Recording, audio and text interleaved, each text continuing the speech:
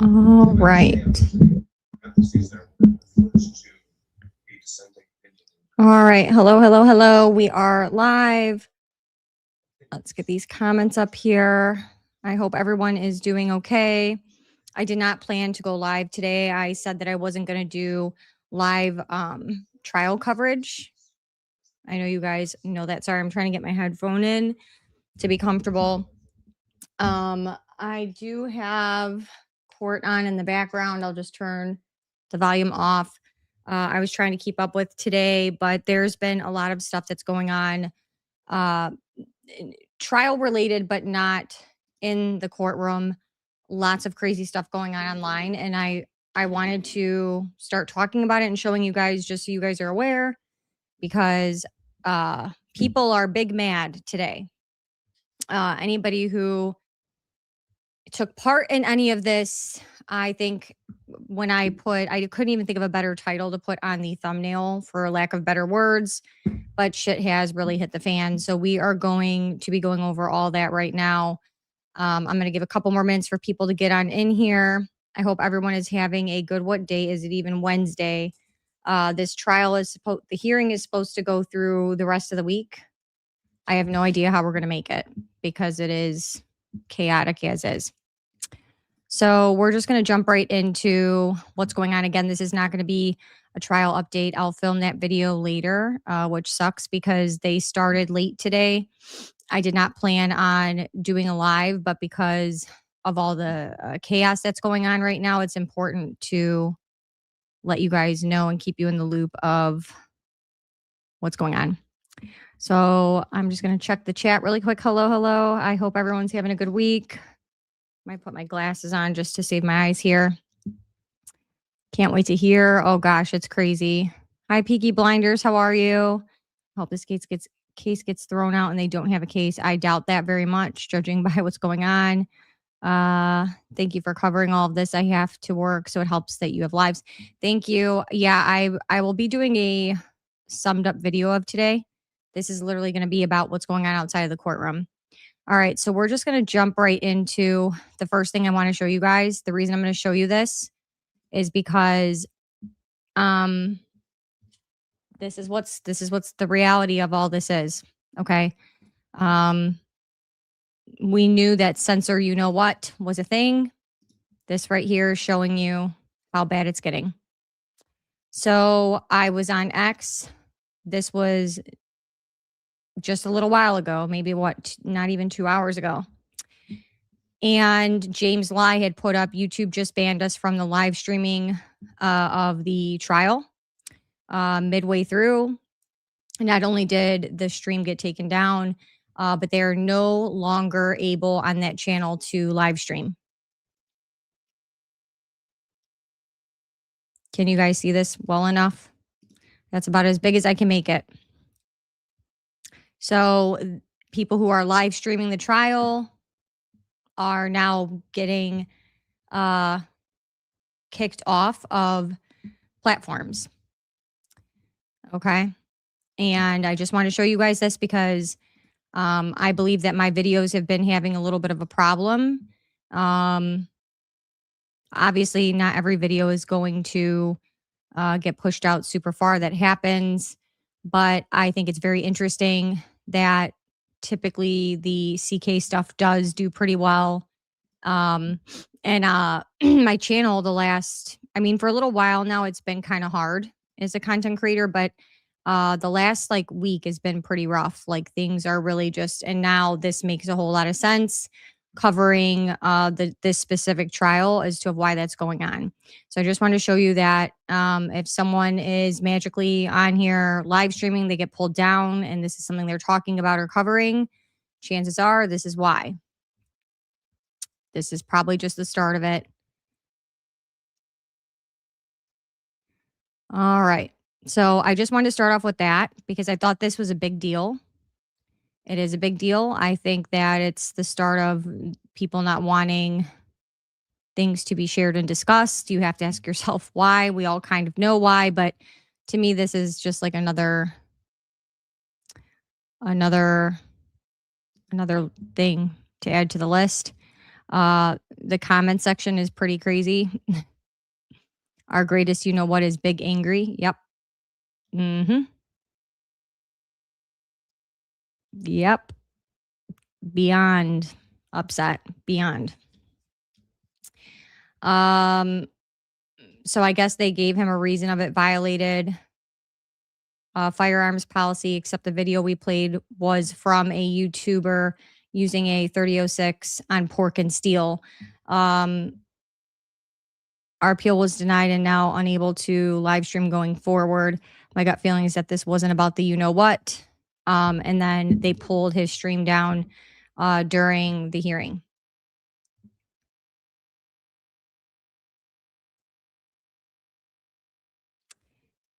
Let's see.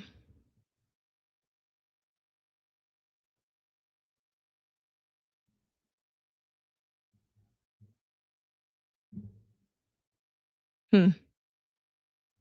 Well, I know I did share the video with you guys on a live the other day, which now I should probably private that just to be safe, so I don't lose my whole channel.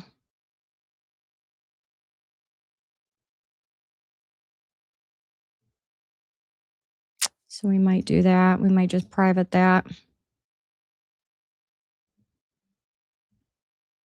to be on the safe side.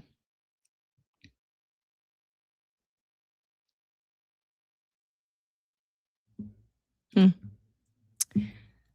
So,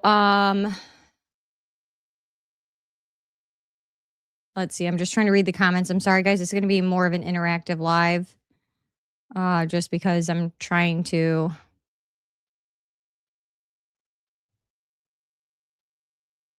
Yeah, but it's what they're saying the reasoning is doesn't make any sense.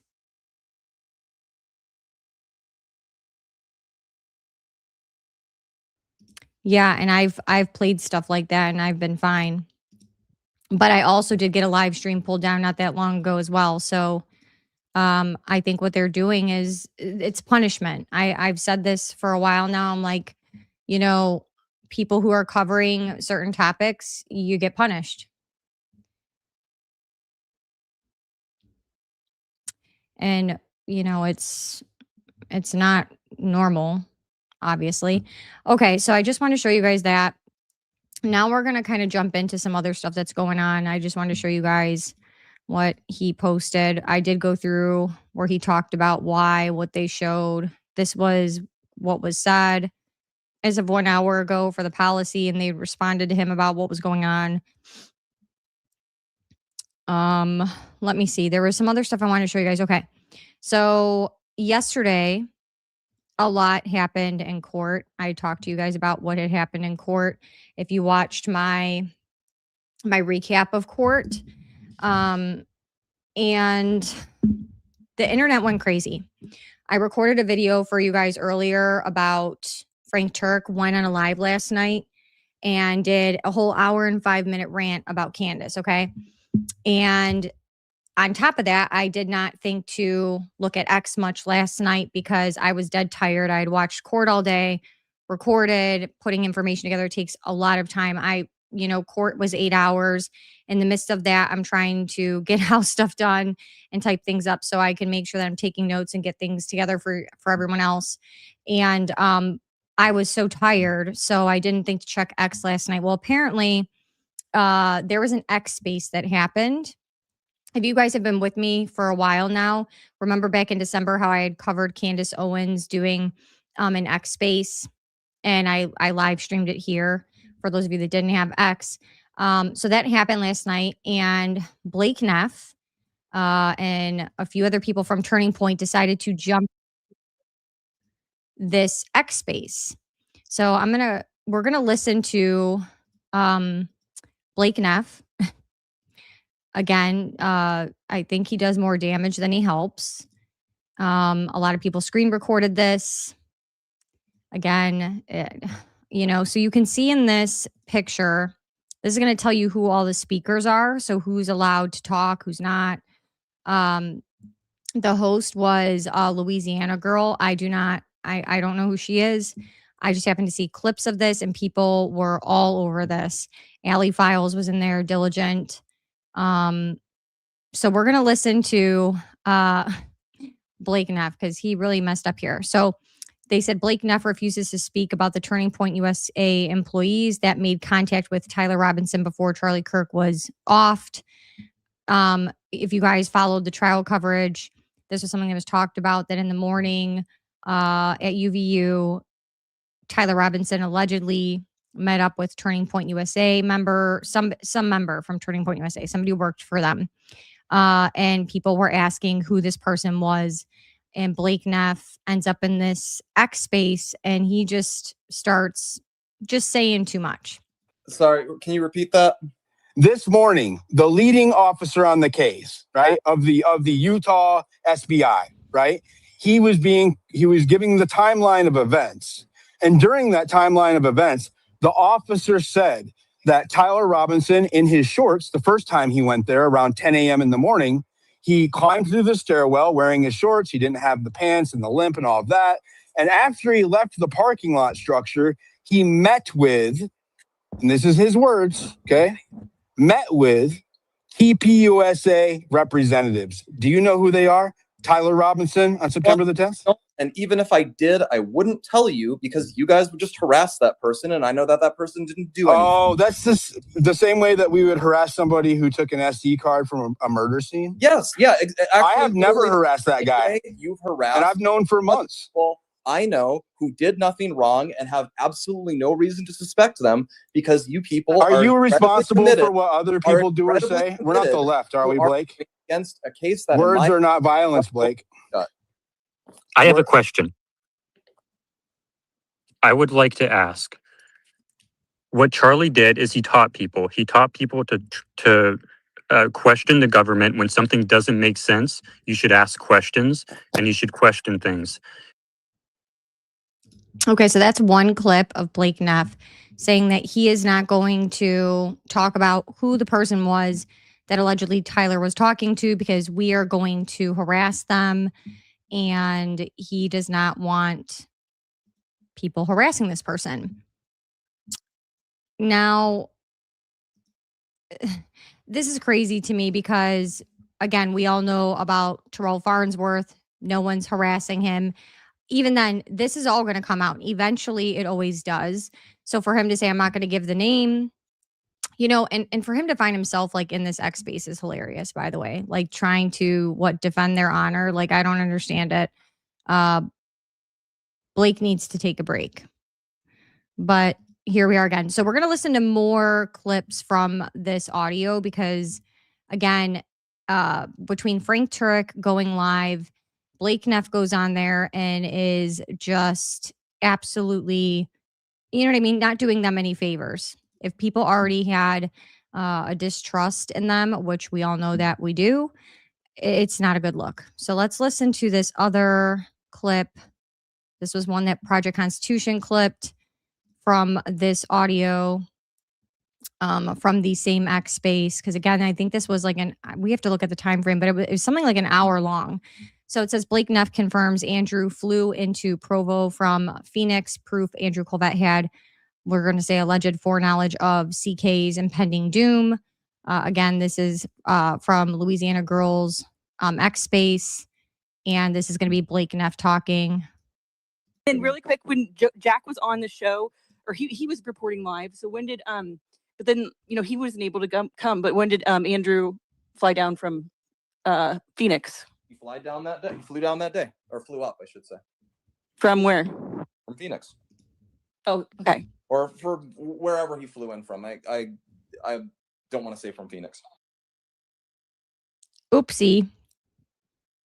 Now, Chet, you let me know. And really quick, when I can't remember like the flights back then. I would have to go look it up. But didn't they say Andrew came from California or somewhere? Or wasn't he? I could have swore that's where they said he came from. And then he just accidentally dropped Phoenix. I just want to make sure I'm not crazy. Oh, right here. Flight data showing. See, I didn't even scroll down. I saw all this stuff and I just started setting things aside because things were going so crazy earlier. And I didn't even read through this fully because I just remember that I didn't think it was Phoenix. So Blake Neff tries to retract that statement saying, oh, no, I mean, wherever he flew in, you know what I mean? Trying to walk it back. I just think that these people need to stay off the internet. Like, stay off of X, stay off of YouTube, stay off of podcasts. You know, Frank Turk did this whole hour and 5-minute live last night, and everything is about, oh, well, Candace this and Candace that and da-da-da. It's like, you know, everybody is using their feelings to say who did this to Charlie. It's like, no, Frank, we're using your words and your behavior, and you guys keep going on podcasts. You keep going to, you know, in different interviews. You can't keep your stories straight. People, you know, are not making this decision of what they believe based off of feelings. They're doing it based off of you guys not being able to keep your mouth shut. And you're mad at everybody else. Be mad at yourself. Quite frankly. Be mad at yourself. So now we're going to go ahead and listen to another portion again of Blake Neff on this X space that was clipped. It's something.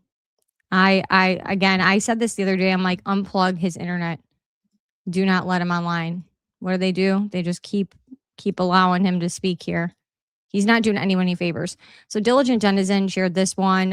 Blake Neff told me last night on X Spaces he was in Orem on 9/10/2025 after you know what's assassination. He said he stepped out from the hotel they were staying at that night. Asked me why that's relevant to testimony we heard yesterday about Tyler Robinson's car. So let's listen to this.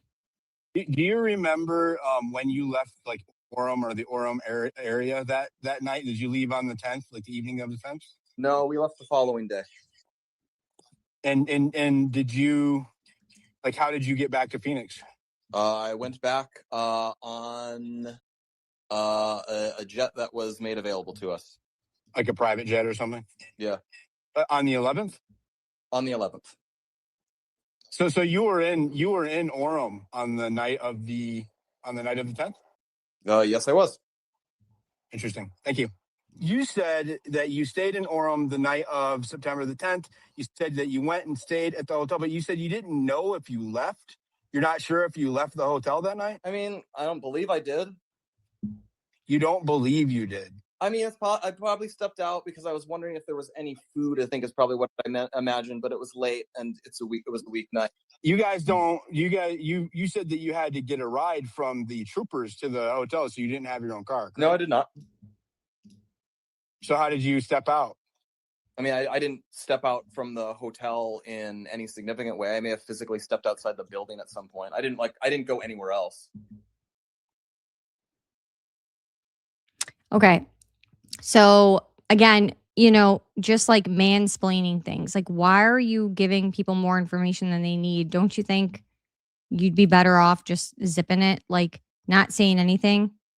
It's crazy. I've never seen people that just can't stop talking. Truly cannot stop talking.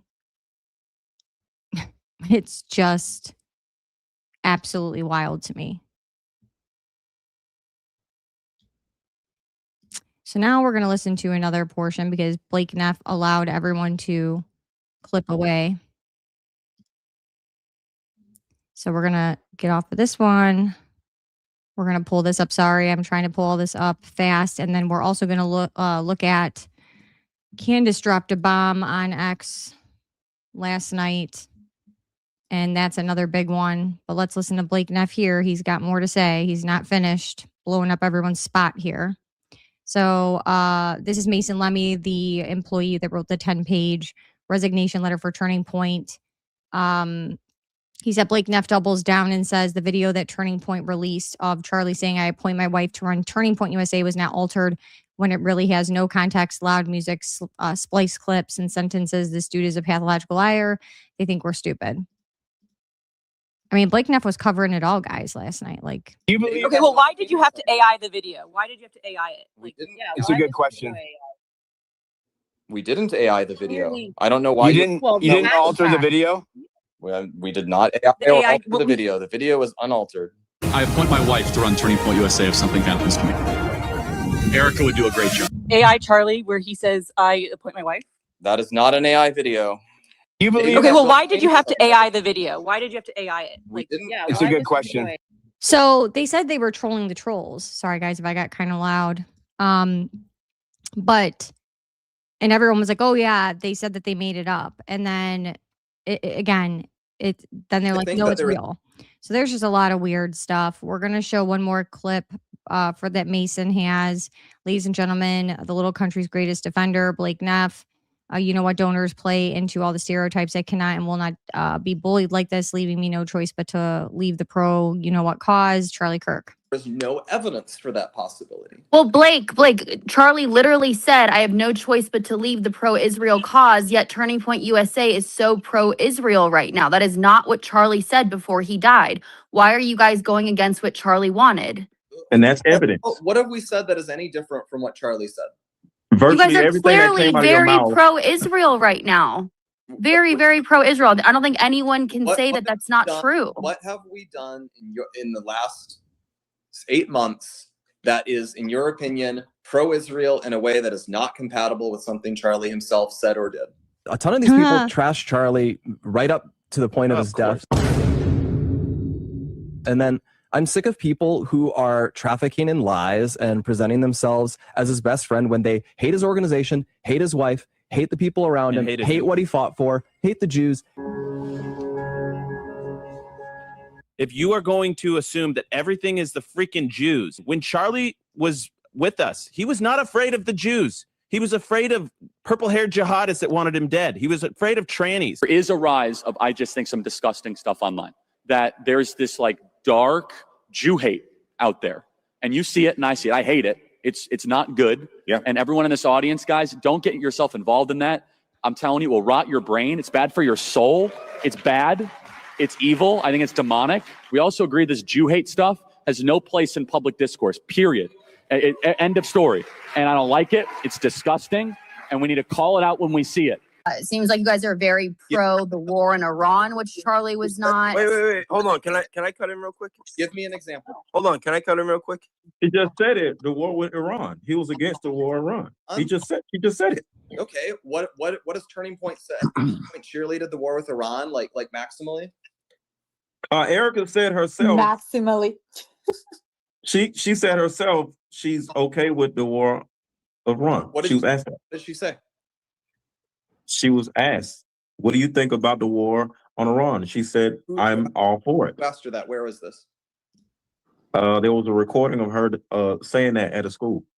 Let's not be dumb here. You guys are definitely very pro whatever Trump Well, says, and, this and is- Charlie Hold on, would let have me been answer the vocal question, against though. it. What okay? about Thomas Massey? Oh, here we go. But it was over. It was, from what I've listened to, it was nothing but straight up yelling, like back and forth yelling. I'm shocked that Blake actually thought, hey, I'm going to waltz into this and like, you know what I mean? Like, I'm going to try to take on 9.3 people tuned into that. So, I mean, I still am like, what is going on? Okay, so we already listened to this one. He had cut another one that's about, let's see, Blake Neff says he was not a key witness to the you-know-what of Charlie Kirk. You're a key witness to a you-know-what. No, I'm not.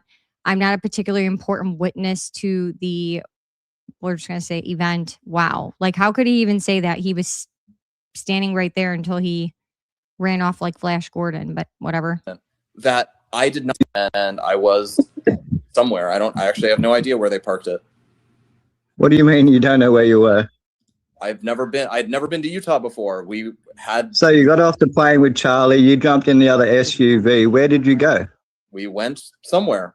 Somewhere. Why would I? You went somewhere. Why would I remember that? Like, can you consider for just one moment that I did not know Well, that did- Charlie was going to Did you go straight to the UVU event? around the Orem, Utah area? We went. Surely you've been asked these questions by the authorities, right? Why would I be asked the questions like that by the Because you're authorities? a key witness to a murder. No, I'm not. I'm 100. Surely you can hang on. Surely you can remember what you did that morning. I'm a key witness to Charlie's life. I'm not a particularly important witness to the murder. So you got off the plane, you got How in are the you not? There, a SUV. murder Where happened did there you and it's a go? crime scene. Hang on, let me finish the question. Where did you go? What do you mean? Where did I go? You got off the plane, you got in the SUV. Did you go to a restaurant? Did you go to the strip club? Where did He can't remember, probably. He can't remember. you go? We drove somewhere. I think that if my friend was schmurdered in front of me, I would remember everything about that day, probably. I could almost bet. I could probably tell you what I was wearing, the whole nine. Nope, not Blake Neff. Can't remember what he did. And because I wasn't going to that event, we just like parked and we marked time until the actual Utah Valley event. And then we You drove.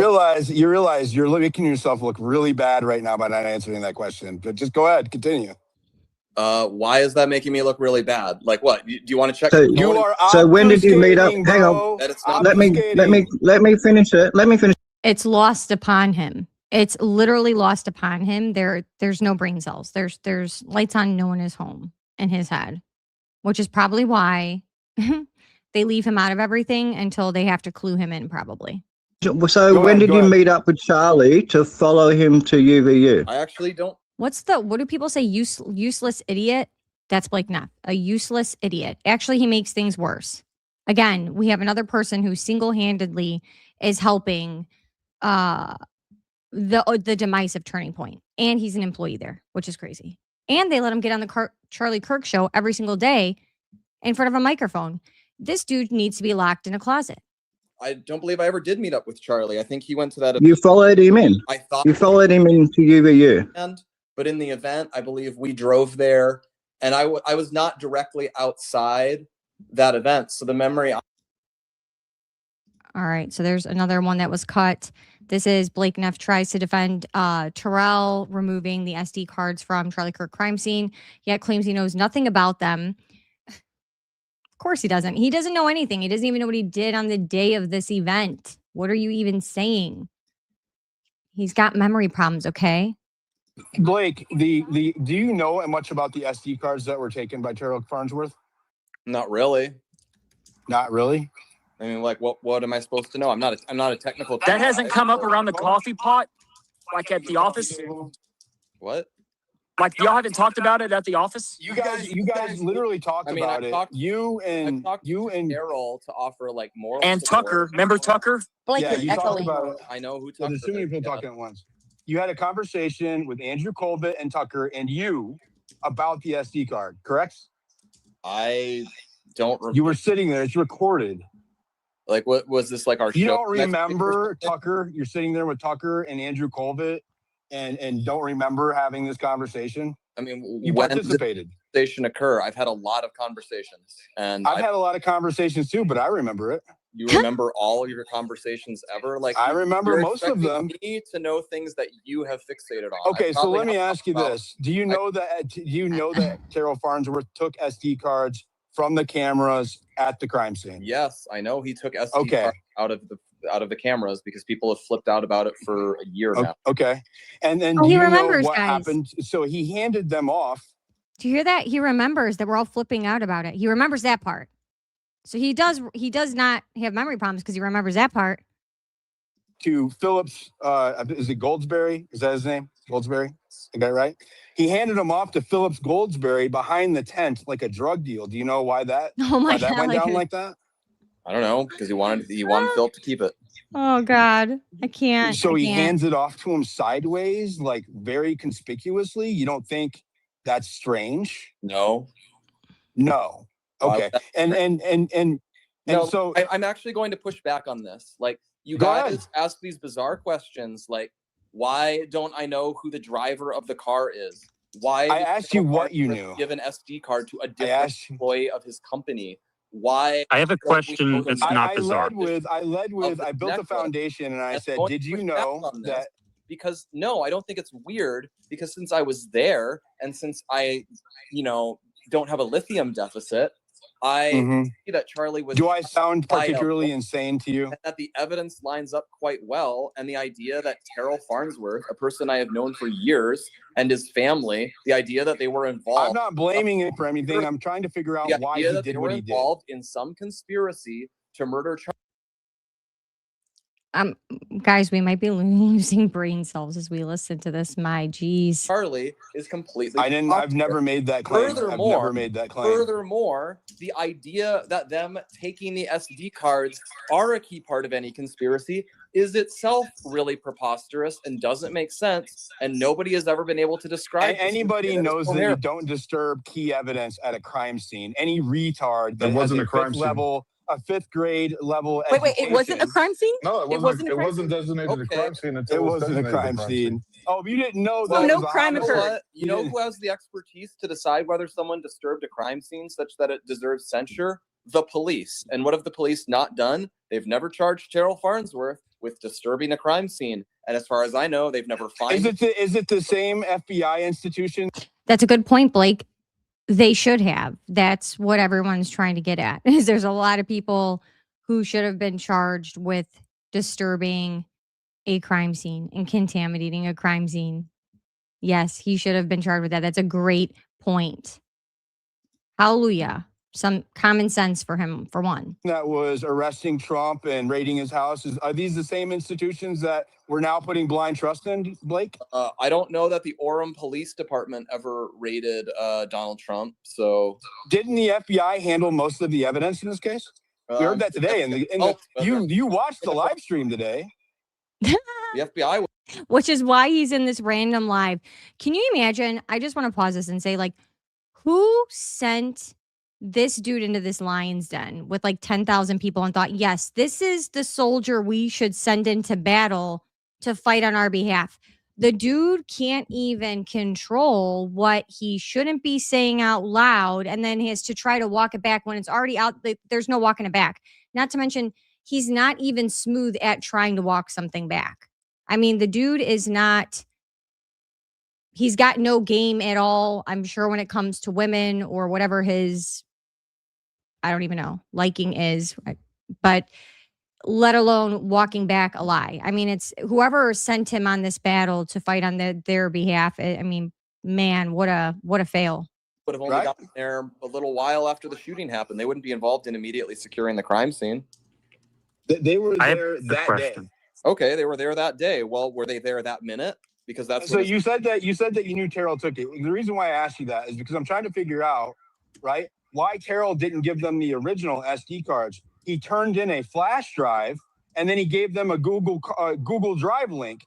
If you SD cards that fit in those cameras are micro SD cards. You know that. I know that. Anybody with a brain knows that. They're not full-size computer flash drives. So he well, he doesn't think it's a crime scene. So transferred the video content from the SD card to the flash drive, which means that the police, the defense, the prosecution, nobody has the original. That's the problem with him taking the SD cards, right? Is that there needs to be a chain of custody for evidence like that.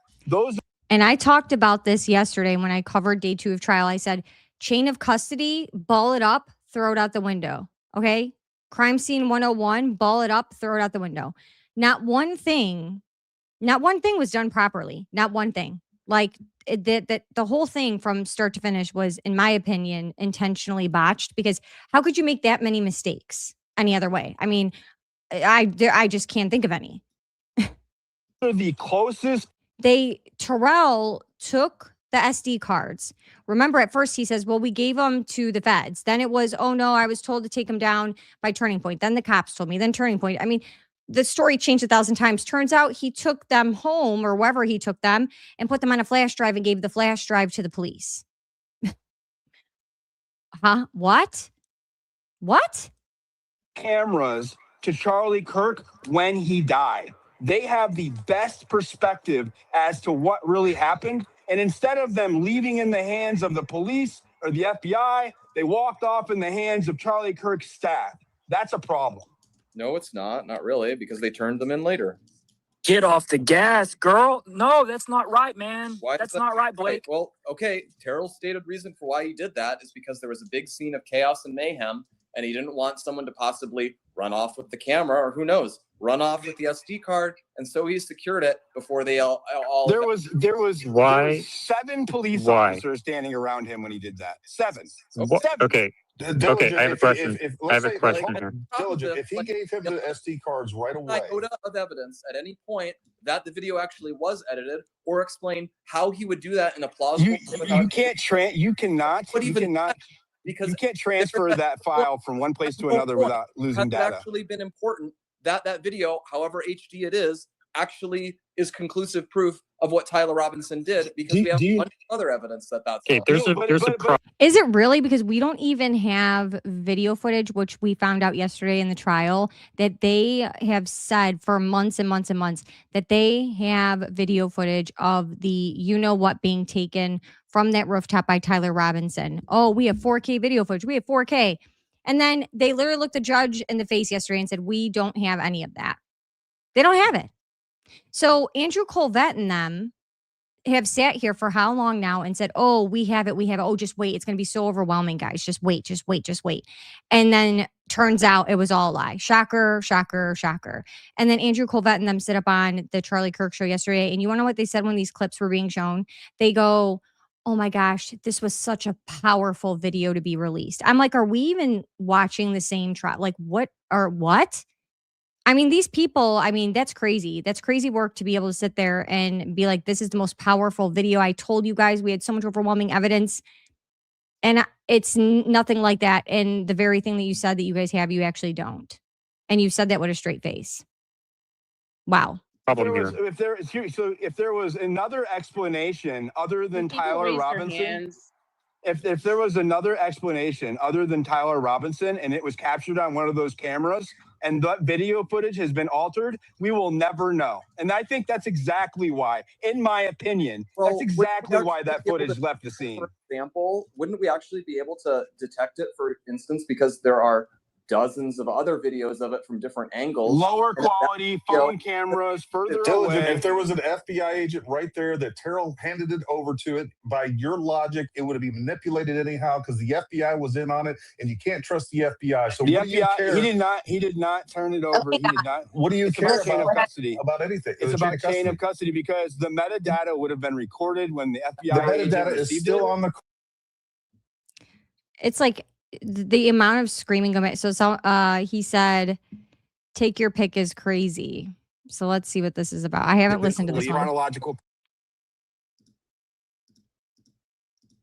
The chronological proximity. 3 weeks before he died, we were told by a mutual that if he left the pro-Israel cause, he was going to get killed. 2 days before he left, or 2 days before he was assassinated, he said he was leaving the pro-Israel cause, and then 2 days later, he's dead. Well, right? You don't think that's significant, Blake? Days before he was dead, he also told me that the trannies were going to kill him. So take your pick. What? He just said that. No way, he just said that. Oh, well, he told me the trannies were going to kill him. Take your pick.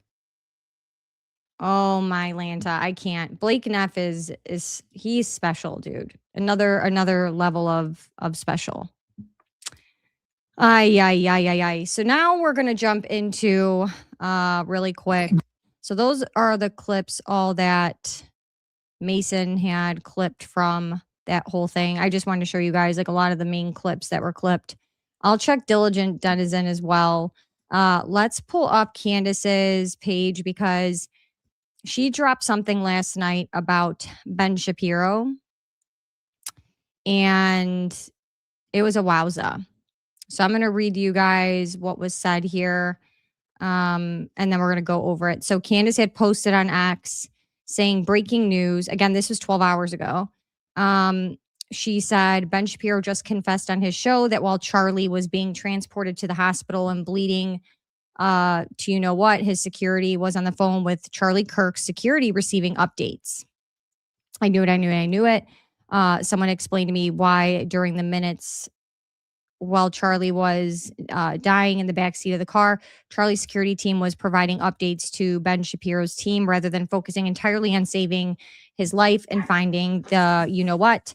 I remind you all that Brian Harpool, one of Charlie's security members who was in the car en route to the hospital, is currently suing me, is using Ben Shapiro's lawyer, who has sued me relentlessly on Ben's behalf for the last 3 years.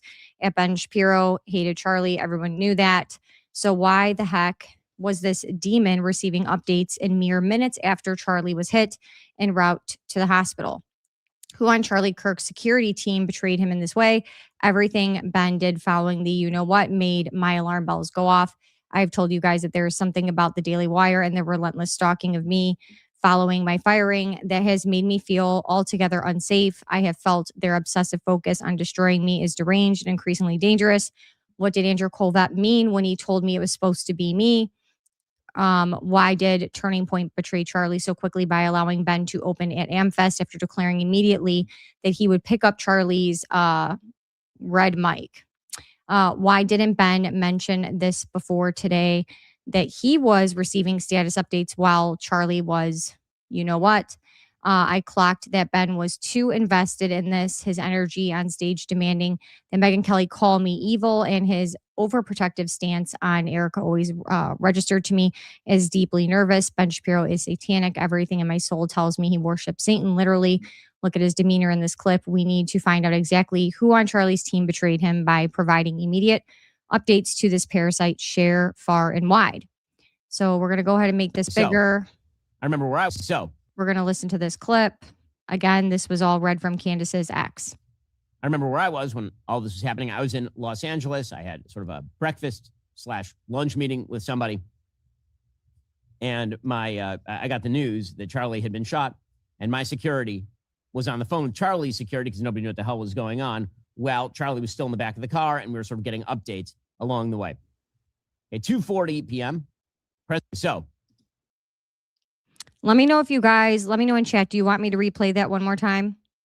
And I'm also going to be careful of where this stops because I don't want to get a copyright on anything.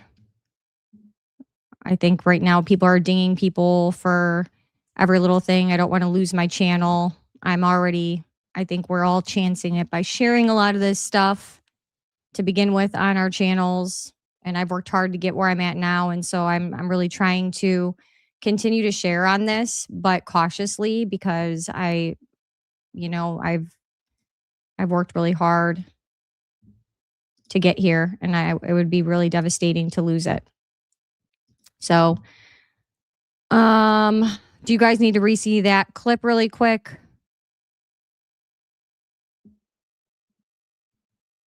I could try to, hold on. The transcript is down here.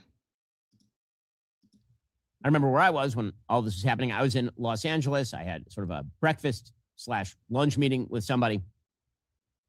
And I got the news that Charlie had been shot, and my security was on the phone with Charlie's security because nobody knew what the hell was going on. Well, Charlie was still in the back of the car, and we were sort of getting updates along the way.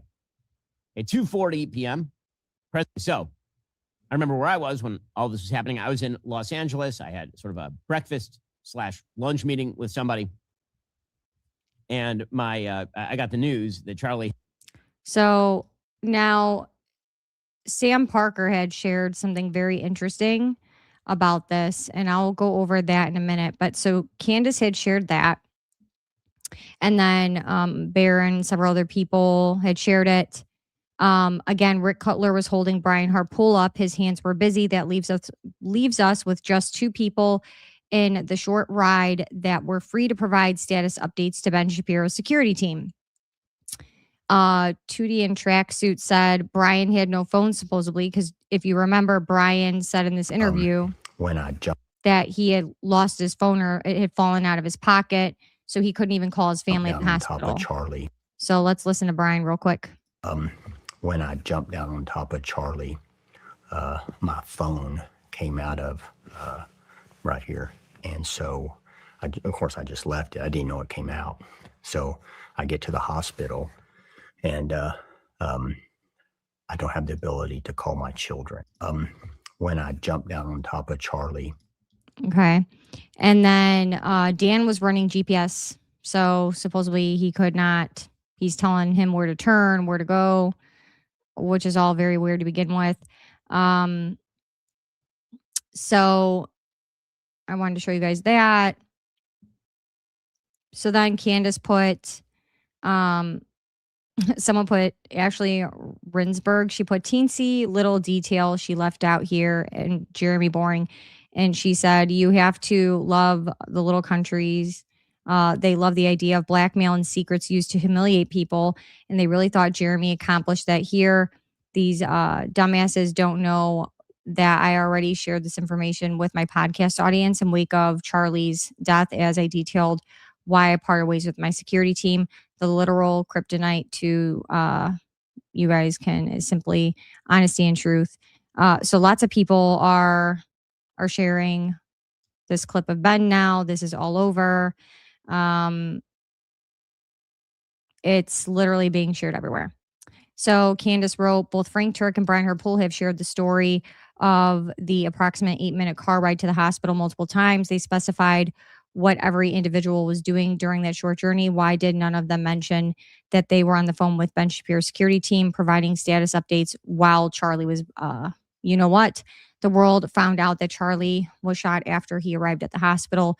Who in the car raced to inform Ben's team within those first critical minutes? Ben's personal security team consists of former IDF members. Is this how BB knew before the rest of the world that Charlie was gone? Who specifically were the security team members that were on the phone? We can click on this and just see what the comment section looks like. Travis said Ben doubled down on it again today, just in case anyone is wondering if this is a verified fact that Ben is claiming this. So Preliminary hearing. Here we go. We'll make it bigger. Why didn't Ben mention this before today, that he was receiving status updates while Charlie was bleeding out? Well, because I didn't feel that my personal experiences were particularly relevant until yesterday when we were talking about the preliminary hearing. I clocked that Ben was too invested in this, too invested, as opposed to Candace. Why didn't Ben mention this before today? Okay. So he doubled down. So he is clearly not feeling any sort of, I probably shouldn't have said that, or maybe I went too far. None of that. Diligent Denizen said, so as far as we know, no one from Charlie Kirk's team called 911 the day of, we'll just say UVU, but they called Ben Shapiro's security team, ? Make it make sense. Candace said, this is a great question. Brian Harpool maintains that someone in the car called 911, yet no one has been identified as having made that call. Has anyone come across a 911 call from Charlie's team? We have not been able to locate one despite these calls being made public. Let's see. Candace said, this is just 17 minutes ago. Candace said, watch this video and timeline and tell me it doesn't chill you. Ben was always too involved in the aftermath of the CK offing for someone who hated Charlie and who Charlie is explicitly and often communicated that he could not stand. His bizarre emotional investment is finally beginning to make sense. So let's listen to Charlie. Qatar, which houses a lot of Hamas officials. What happened here? And if I were to introduce just the skeptical question, will this potentially endanger America's own interests in the Middle East? So please, Ben, help me better understand the situation. If you don't mind, can you just say something about what the day itself was like for you? Yeah. Well, it can be brief. Yeah, I know. It's so the day before, actually, I had booked an interview for him that he was not super pleased that I booked for him, but it was a good reason for doing it. But he was like, you know what? I'm tired now, and I want to focus on the tour tomorrow. So you're gonna guest host the show tomorrow. Charlie's voice is not silent.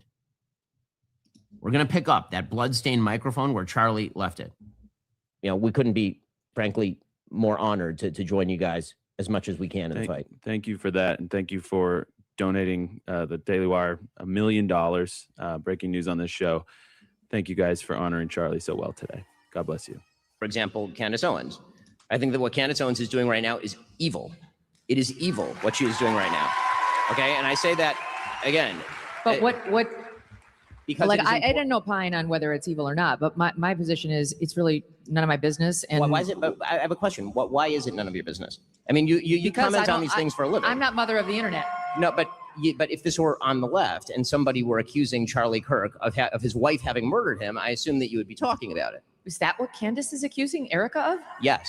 When Candace Owens says, I don't know, but I know, that is retarded. And we are all more retarded for having heard it. Follow a hive mind. Yes, queen. Underground. Communists. Mormons live in Utah. I watched The Secret Lives of Mormon Wives. I know what's going on here. After all, your personal business is our business, is our motto. Egyptian Air, wherever you travel. I need to take a breath here, because what I'm about to discuss is significantly more serious and truly troubling. Candace Owens, as you may have heard me refer at the top of the show, is an evil, twisted human being. At the bottom of that lawsuit from Brian Harpole, it lists a Jacob William Roth, a partner of the firm, who also happens to be Ben Shapiro's brother-in-law. I remember where I was when all this was happening. I was in Los Angeles. I had sort of a breakfast/lunch meeting with somebody. And I got the news that Charlie had been shot, and my security was on the phone with Charlie's security because nobody knew what the hell was going on. Well, Charlie was still in the back of the car, and we were sort of getting updates along the way. Second, there's visual timelines that show Charlie's body being carried to a vehicle within minutes of being shot. Apparently, he was still alive at the time. Again, I know that only because my security was talking to his security in the car.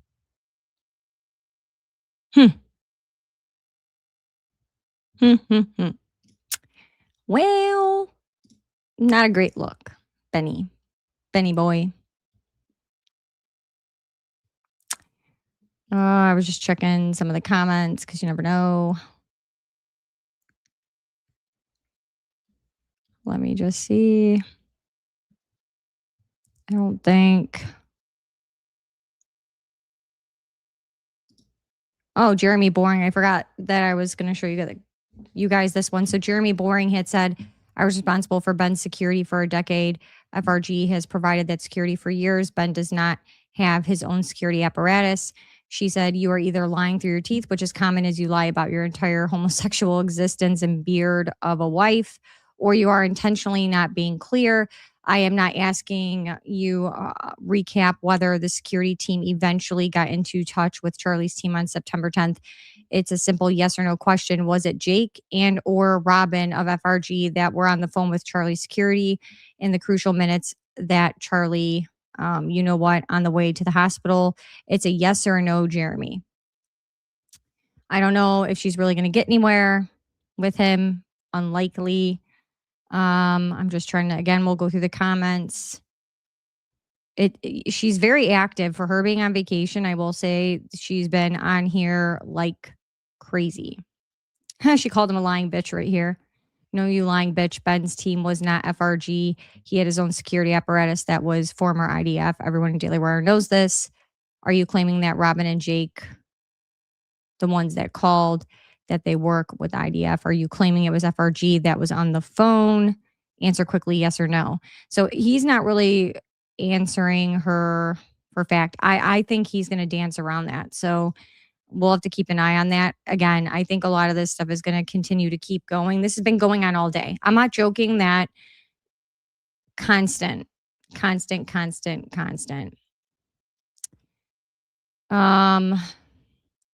Oh, here we go. This is another one I set aside. Near the end of his show yesterday, Shapiro doubled down on his claim that his security was talking to Charlie's security in the car.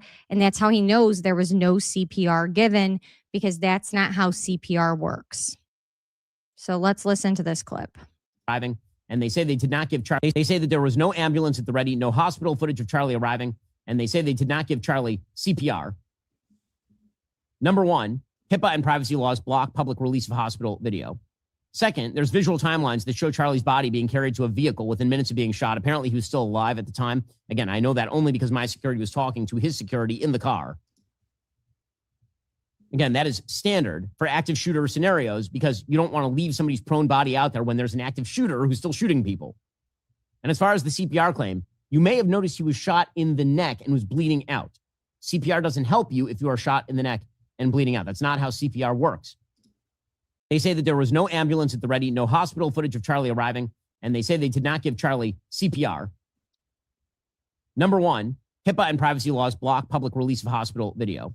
Second, there's visual timelines that show Charlie's body being carried to a vehicle within minutes of being shot. Apparently, he was still alive at the time. Again, I know that only because my security was talking to his security in the car. Again, that is standard for active shooter scenarios because you don't want to leave somebody's prone body out there when there's an active shooter who's still shooting people. And as far as the CPR claim, you may. So I don't even know why he would make this part of his show. Yesterday, you can't make it up. I'm serious. I just don't understand it. So that was Ben on his CPR take. I'm going to show you guys really quick. We're going to go to, I'm going to run and use the bathroom because we've already been on here an hour. I wanted to keep this short, but there's so much going on. And I wanted to make sure I covered the big stuff first because there's a lot of stuff going on. So yesterday I told you guys about court and how things were going. I told you about testimony. I told you about the footage that they had shown. A lot of this footage is stuff we've already seen with Tyler Robinson, the stairwell, and so on and so forth. They had Mr. Hull, the lead investigator, narrating the footage as they were going through it. We're just going to watch this clip of him narrating this footage of Tyler Robinson, and this is from the Charlie Kirk show. And the reason I want to show you guys this is I want you guys to hear how Andrew and Blake are sitting here. I want you to watch what we watched yesterday in court, this 5-minute clip, and listen to how they think that this is a slam dunk. This is how bad they need to push this, okay? And then we're going to jump into a couple other things, but let's just listen to this little clip. No, I appreciate it. Is so it is admitted and may be published to the screens. And just want to make sure it's on your screen, Agent. All right. Mr. Sturgill, you may proceed. Appreciate that, Judge. Thank you. Go ahead. Okay, what are we seeing here, Agent Hall? That's a vehicle that is believed to belong to Mr. Robinson arriving in the parking garage on campus. Yeah, what time in the morning? What time of the day? It's approximately 8:30 in the morning on September 10th, 2025. And what leads you to believe that this particular vehicle belongs to Mr. Robinson? Information that was provided regards to driver's license and Department of Motor Vehicle records. The vehicle fits the description of a vehicle owned by Mr. Robinson. Is there anything unique about that vehicle that stands out to you? The shape of the vehicle is individual in the red T-shirt and the shorts and the shoes. And do you believe you recognize who that person is? Yes. Who is that? I believe that's Tyler Robinson. All right, and where does he go from there? He heads out of the parking garage on foot into the campus and actually goes to the quad area of the campus. At that time, he makes contact with some representatives from TPUSA. By quad area? Sorry, the amphitheater is what I previously referred it to. All right. So he goes up on campus, visits the amphitheater area, the courtyard or quad. Correct. And then what do we see here now? He returns on foot back to the same vehicle. And what time is he returning back to the vehicle? It's about 9:25 a.m.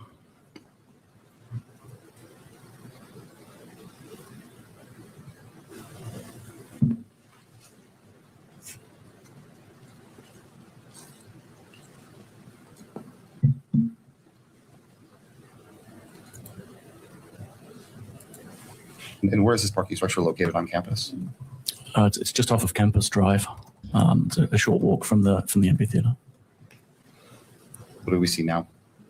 That's the vehicle exiting with Mr. Robinson driving the vehicle.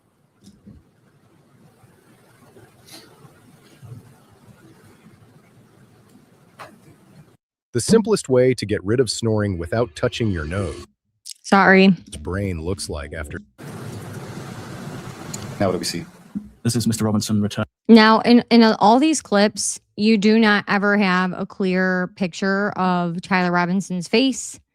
You cannot tell it is Tyler Robinson. The lead investigator testified that you can't tell it's him. So that's not really good for the prosecution either. Returning to the campus on foot from the neighborhood to the northeast. You can see he's wearing the same clothing as in the previous video. And he's carrying a blue backpack. Describe the clothing. It's a maroon colored T-shirt with gray or olive colored shorts and then Converse shoes. And what time did he return to campus?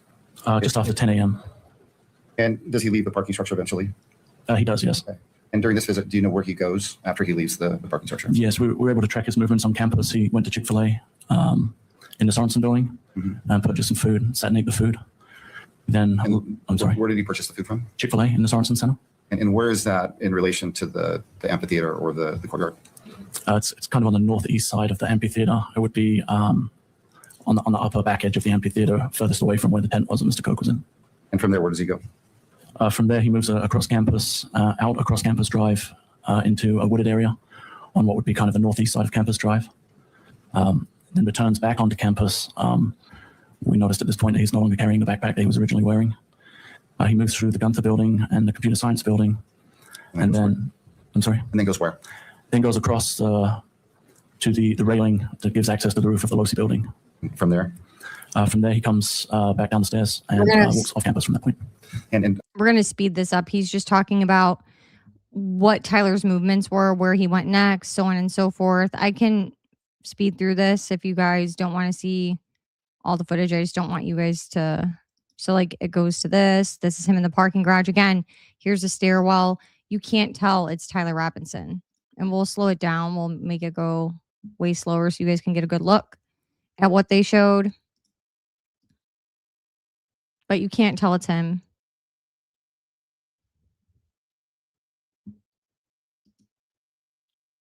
And also the limp ends up changing legs.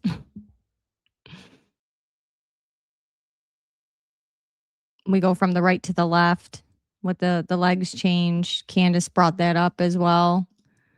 Don't know how that happens, but Of the Losi building, and that's Mr. Robinson coming up the sidewalk. He has the noticeable gait or limp in his walk. And then he moves south across the front of the Losi building. On the sidewalk? Yes, correct. Mr. Robinson? I do, yes. Drive and drops down into the wooded area on the far side of Campus Drive. And that is located in what part of the video? What quadrant? It would have been just off center on the top left side. What do we see now? This is the so again, you're not going to be able to tell it's Tyler. And I know, I'm sorry if you guys are annoyed that we're going through this, but I really wanted to show you guys. A lot of people said it looks like Lance Twiggs. I'm seeing the comment section.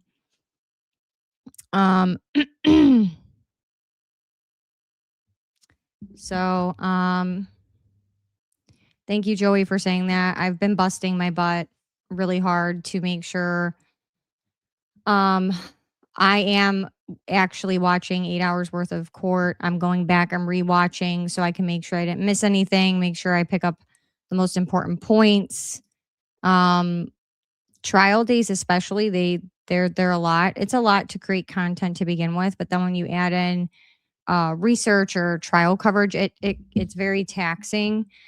So tonight, I'm not sure how late I will be filming this day 3 update. I want to get that out today. It may have to get out tomorrow morning. It just depends.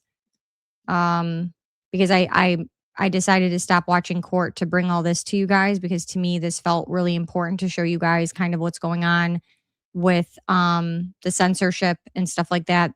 You know, just in case, God forbid, anything happened, you guys can see what's going on. So right around, I'm trying to find the place I want to show you guys here. It's right around here. Let me see if I put on 2 speeds so we can get to Dumb and Dumber talking really quick. Here we go.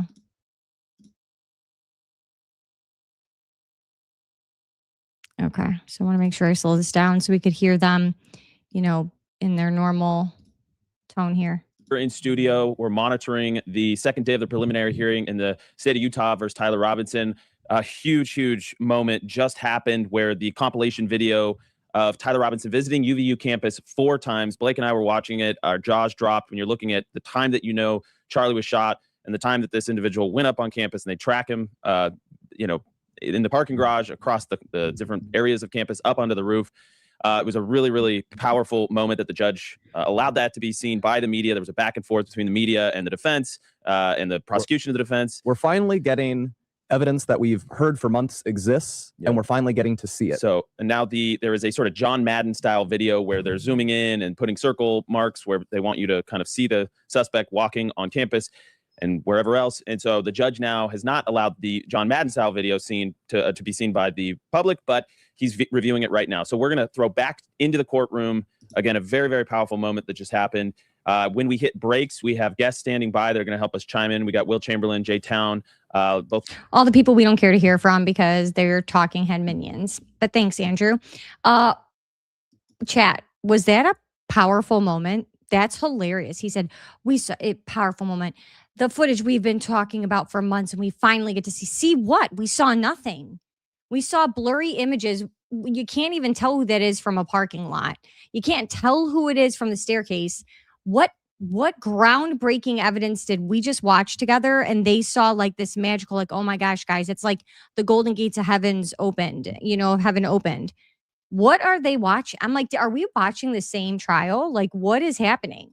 I mean, that's how Delulu you have to be to try to save your ass at this point, to where you're like, no, guys, you saw like something magnificent. You saw what we've been talking about for months. No, we didn't. And it got worse when they admitted that they don't even have footage to the judge of him taking the shot. So yeah, no, we don't, Blake. We don't have what you guys have talked about for months. We don't. I saw in the chat someone bring up the height discrepancy. I wasn't planning on doing this, but I will go ahead and pull that right now because we're already here. Again, I'm going to try not to make this too long of a live, but I do want to go through things with you guys that's important. So we'll go over this. So this is one of the discrepancies with Tyler Robinson. With the arrest record, it showed that he was, I guess 6'5" or something like that. And he's really 5'10". So Kim Turcotte, I think is her name, calling all 5'10" male volunteers who live near or attend UVU. Would anyone be willing to help test a claim by conducting a simple visual assessment? If you're around UVU and are approximately 5'10", consider taking photos or videos from the same or similar locations shown in the available footage and sharing them publicly. Doing so could help people compare perspectives and evaluate whether the height-related claim appears consistent with the video. The goal isn't to prove guilt or innocence. It's simply to gather a real-world comparison that may help support or challenge the height theory through observation. Your participation could help bring additional clarity to the discussion. Thank you. She tagged Candace Owens, and Candace Owens said, this was my exact point. The person walking in the video they are presenting is very clearly a tall person, well above 6 feet. No way that is a 5'10" or 5'11" person. How tall was Lance Twiggs? So we'll look at those photos. This is who they are claiming is Tyler Robinson. Again, you could see how, the waist is definitely way tall. So just so people can see the height difference. So this was a big thing. Candace did get a hold of this. That was talked about. I will go back into this, even though I did this in a live a while ago where we went over the clothing changing, different draw lines, so on and so forth. But this was something else I just kind of set aside in case we need to reference back. And I'll see if I can pull up those pictures too while we're here. Thank you guys for the super chats. I do see super chats. I have gotten cash apps as well. I'm trying to thank people in the chat if they send cash apps, and then I'll read super chats at the end, right before we get off. I try to save those for the end. So if you have questions and you put them in supers, I'll answer those at the end. So let me make sure I'm sharing the screen with you guys. Okay. I don't know how critical this is to the investigation. This is Furman Files. But I'm posting this because Alley Top Files and Mad Max made an important observation, and it shouldn't be overlooked. Primary source evidence should be paramount to the investigation, yet fabricated photos of Tyler Robinson under the guise of AI enhancement are still circulating the internet since September 11th, specifically the one from Laura Loomer, who failed to even mention the photo she posted was fake. If Robinson switched backpacks, there's a reason. Does anyone have an ID for the pack on the right, assuming it's different, considering how much covert technology was utilized that day on campus and how apparently successful Tyler was at executing his mission and getting away? It's not plausible or implausible. I'm sorry. That Tyler was equipped with covert electronics potentially embedded into his pack that could have even worked in combination with his glasses for remote monitoring or even command, or simply a bag designed for concealment, like the one worn by Secret Service agents in the iconic photos from the White House Correspondents' Dinner packing the MP7. Or it could be the lighting or something as simple as a JanSport, but details matter. What do y'all think? Good eyes, Allie and Chris. And so they were kind of talking about like how the backpacks differ. Again, he could own multiple backpacks. I just think it's something that people are kind of just trying to figure out if there's anything missing. It's just another layer to it with the clothes. And then this was what Allie shared. And we've talked about this with the 2 different backpacks, but this is the change of clothes. So let me see if I can pull up. You guys let me know, chat, what you think about the backpacks. Does any of this look familiar to you guys? Let me see if I can pull up. I think I still have the pictures of Tyler Robinson in my computer where we were talking about the clothes. Let me see. I do. I knew I still had them. I purposely have left them in my computer because so much stuff goes missing throughout all this that good thing I've kept everything, because you just never know. And I feel like everything is constantly always going somewhere. So it's just better to have it and keep it rather than not. And I'm glad that I've kept stuff, because I actually do want to delete stuff because I have a lot of storage on my computer, but still, you know, just declutter or whatever. But okay,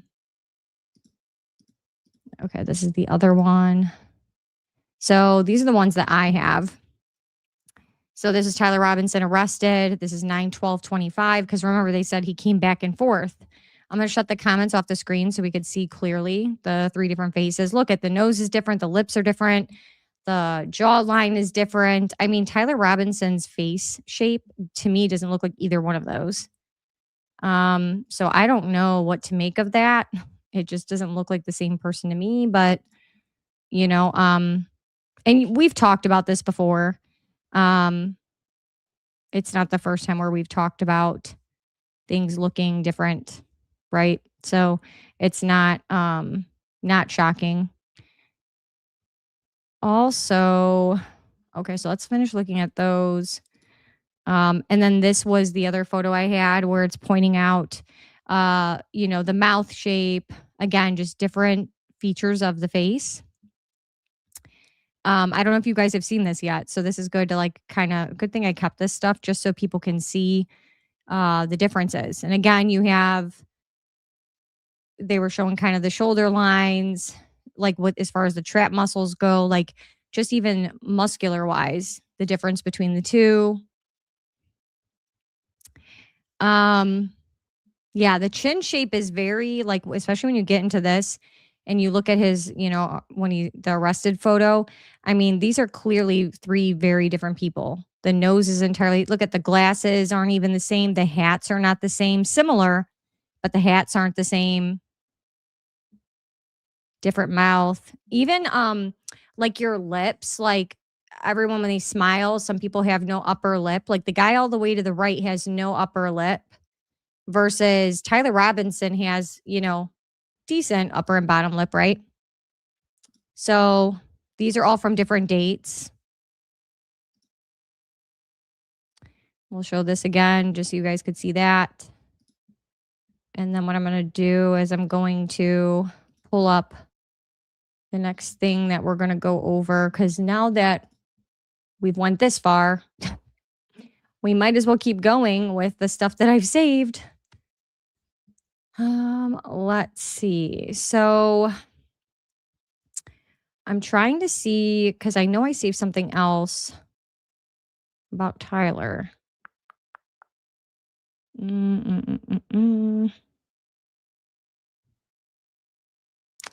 Where is it?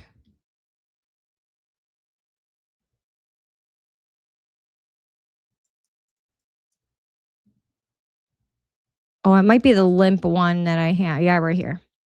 So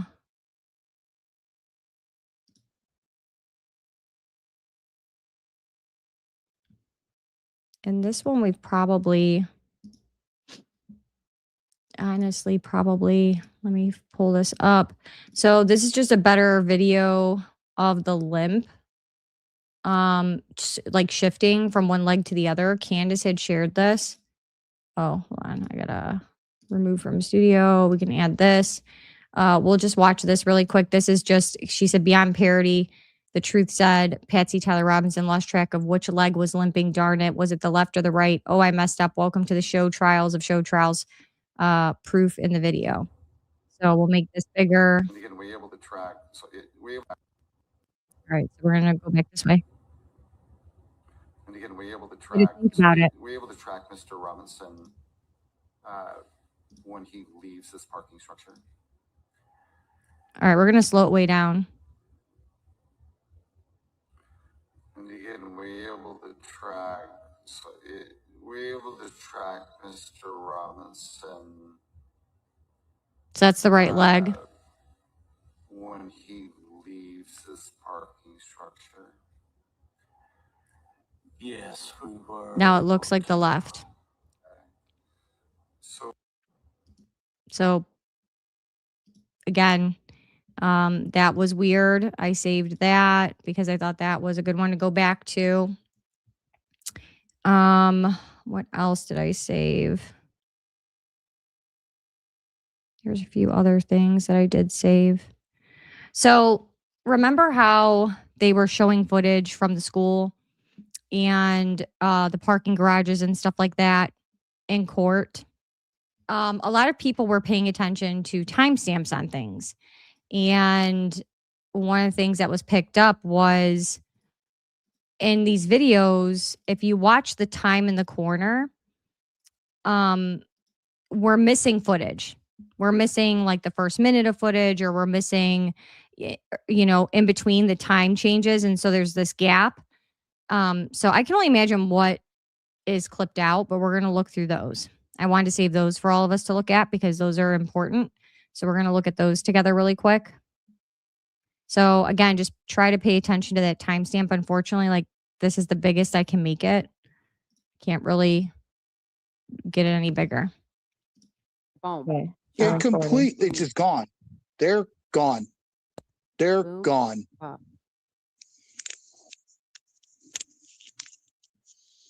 This is the slop. How can they So release it's like a minute worth of footage that's missing. Okay. And then if you go to the next one, they were just showing more. And this is where people started to really get into the height and the waist, how tall it was as well. Like, and they're just showing you 53 minutes and I think it's 12 seconds. Where'd the other picture go? Okay. Yeah, And then it ends up completely at, magically like at 54 or something. So someone said 1 minute and 16 seconds are missing. This is Tornado Alley. Watch the timestamp and the car disappears. Looks like he had his phone out. Did he make a call? Shout out to Wisha Birchwood for catching the missing time. So this was like really, really, really talked about. And then they had found another one that skipped from 12 minutes and 15 seconds to 12 minutes and 17 seconds. Or no, I'm sorry. What was it? 12 hours and 15 minutes and 58 seconds, 12 hours, 17 minutes and 3 seconds. So you got a little gap there too. And that was this footage right here. So we'll go ahead and pull this up. So you can see 12, 15, 52, and then just keep your eyes on this and you'll see that it jumps.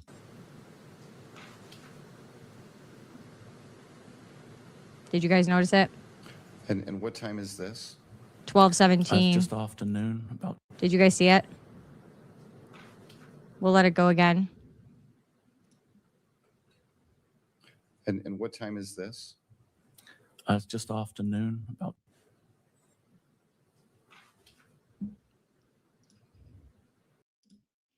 So that was the other piece of footage. And there might be more. This is just what I was seeing so far. Again, I'm trying to keep up with a lot of information that's coming in and out, along with, you know what I mean, paying attention to what else is going on. This was another one. Actually, we'll bring this back up where they were showing the parking lot with cars. People were examining this. This is interesting. I mean, this is all interesting, and this just goes to show, yeah, they're showing things, but, are we really examining them close up? So again, this is 12, it's just another view And what where time it is jumps. this? I think they just zoomed in afternoon, more. About 12:15. And this was exhibit on 12.4. December it's the same thing as just showing the parking lot. Oh, and Andrew Colvett had shared this one actually. Look at this. The video compilation exhibit 12.4 of Tyler Robinson visiting UVU campus 4 times on 9/10. So that was part of what I was talking about when I did the overview, was that they were saying, oh, well, he visited 4 times and that shows premeditation and so on and so forth. And again, him being on campus is not a crime. Period. End of story. Yes, we don't care if he was on campus. Prove to us that he committed this crime. It has nothing to do with him being on campus. He is allowed to be on campus. So, yeah, there is a lot going on here. I'll share this. I was going to save it for an update, but we can do a couple little things from the trial. Sam Parker had shared this breaking Tyler Robinson twist. Why did Robinson's friend Mike Mitchell have to give a second sworn statement on 3/31/2026? Was it because Sheriff Brooksby's abrupt resignation was announced 3/29 after trumped up SH allegations that mysteriously disappeared? Why is Mitchell's statement redacted? And why doesn't Brian Davis's testimony from today match the original booking sheet from September 11? What is going on? Theories, thoughts, comments. Now, again, there's a lot of things. Again, I told you guys about Hull, the lead investigator who had added to his report. This whole thing happened a year ago. Why are we just now adding 2 reports a year later? That alone those should not be able to be changed. So that's not a great look. So seeing this, it's not shocking. We've been seeing it through the report. And then I'm guessing he's going to go over, because this is Sheriff Brooksby, who resigned out of nowhere. I covered that. I did a whole video on that. It was very odd. Okay, this is about that. Let's see.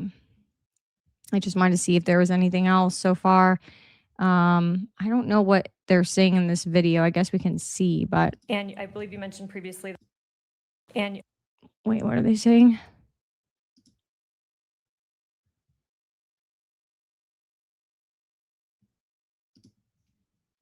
And I believe you mentioned previously that law enforcement conducted an interview with Mr. Mitchell. They did. Remind us when that interview occurred. So that was the early morning hours of September 12th at the Washington County Sheriff's Department. Are you aware if a second interaction or statement was collected from Mr. Mitchell? Yes, it was. When did that happen? It was March 31st of this year. How did this happen? So all those individuals met with Mike Mitchell at the St. George courthouse there. They met and discussed briefly. I was going to kind of talk generally about the situation.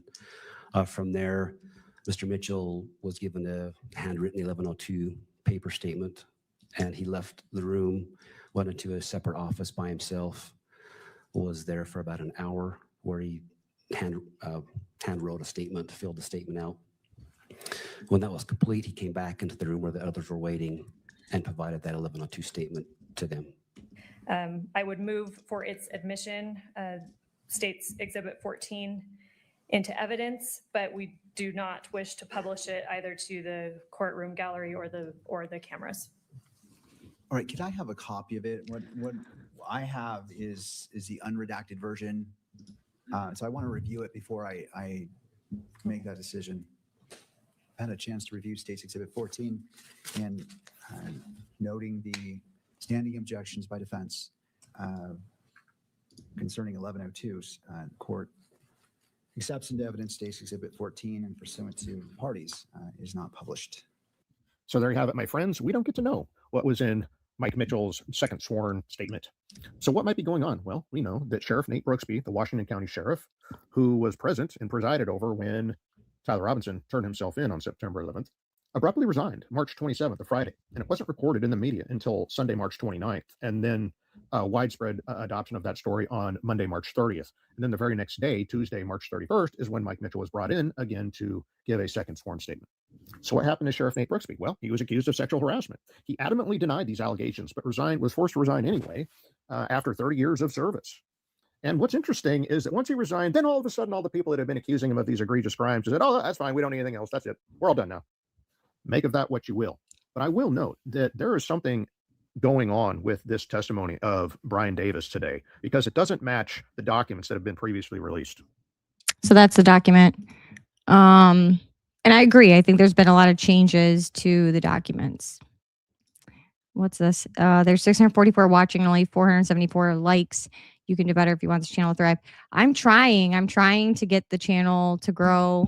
It just takes time. I do have a lot of people that come back and watch the content and don't sub or don't interact with the channel. It's an ongoing battle for a small channel trying to grow and trying to make it. You know, it takes a lot to create content. It's not a cheap hobby. It shows me there's 636 people in here right now in the live. 650. It's going up. It was 1,000 at one point. But yeah, it's really hard for small channels.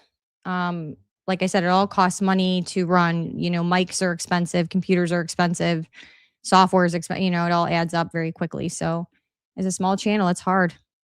So any support that people give, liking, sharing, commenting, subbing to the channel, making sure you engage with all the content. There's memberships, there's merch. Every little bit helps. And if people can't monetarily help support a channel, just, you know, engaging with the content as much as you can helps a ton for the growth. That say that Brian Davis arrested Tyler Robinson at 10 p.m. September 11th, the night of September 11th, 10 p.m. Let's listen to his testimony from today, though. What time did you arrive in St. George?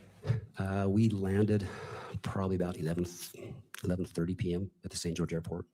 And again, this would be the evening of September 11th, 2025. That's correct. Where did the arrest take place? At the Washington County Sheriff's Office. And what date did that happen on? Would have been September 12th. It was about 4 a.m., I believe, of September 12th. That's right, guys. You're just supposed to forget the booking document that says that Tyler Robinson was first arrested at 10 p.m. on Thursday, September 11th. Let's listen to a portion of Brian Davis's testimony again from today, talking about a situation that was communicated to Mike Mitchell when Mike had to give his second sworn statement. They met and discussed briefly. Just to kind of talk generally about the situation. What was that situation? How Sheriff Nate Brooksby was railroaded out of his position as Washington County Sheriff? Or maybe it's the fact that there's voluminous evidence that demonstrates that Tyler Robinson actually turned himself in hours before they say he did. Could that be the situation that was communicated to Mike Mitchell? Could that be the reason for the second sworn statement they needed from him? And could that be the reason why we don't get to see an unredacted version or any version, redacted or otherwise, during these court proceedings? All right. So we're going to get rid of this. We're going to look at Discord. So I don't know how many of you guys are aware, but Discord had come out a while ago stating that there was nothing done on their platform regarding, you know, plotting and planning of anything. So that had come out a while ago, but it was something that was a topic of conversation recently. So I happened to come across this and thought, well, I'll save it to share in a live in case people were not aware of this. So Mia had shared Discord officially says Tyler Robinson did not use their platform to plan or coordinate the you-know-what of Charlie Kirk. 9/12/2025. Where is grieving widow? No Discord servers, no chats, no planning there. Yet the feds and 33-322 have been hyping Discord confessions, messages, and digital breadcrumbs like it was open and shut. So this is one of the articles. Discord says no evidence found Tyler Robinson using the platform to plan anything out with Charlie Kirk. And again, Sam Parker shared something, and we'll go back and we'll look at this after this, because there was a teacher who made a joke in Snapchat and private messages, and the feds showed up at the school, arrested her, and she was charged over a joke in Snapchat because they were like, oh, well, you know, what if you actually act on hurting children? It was like that kind of thing. She's like, I would never do that. I was joking. It was like a private joke between me and friends. Like, I would never do that.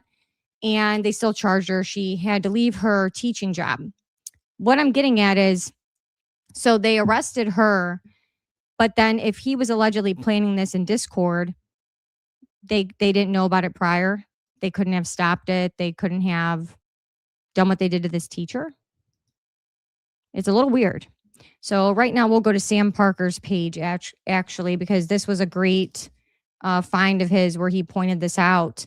And what he was talking about is like, this is how you end up with patsies, right? You find something, you hold it over someone's head, you know, and that's what happens. Sam Parker also shared this. I was going to talk to you guys about this earlier when we were doing the Ben Shapiro thing, talking about, well, who could have called Ben? He said, I have covered it repeatedly, and for some reason that there was no one available to make a 911 call. There wouldn't have been anyone available for an IDF call, either, unless Frank or Brian is lying. Security detail, he was just going over what everyone was doing allegedly in the car. Frank Turek, phone stuck on FaceTime in back pocket. Rick Cutler cradling Charlie's head, holding on to Brian Harpool, praying. Brian Harpool dropped phone at UVU, tending to Charlie. Justin driving 100 miles per hour, blowing through traffic lights, cutting traffic. Dan Flood barking directions to Justin with the directions called up on his phone. So what's going on here? Again.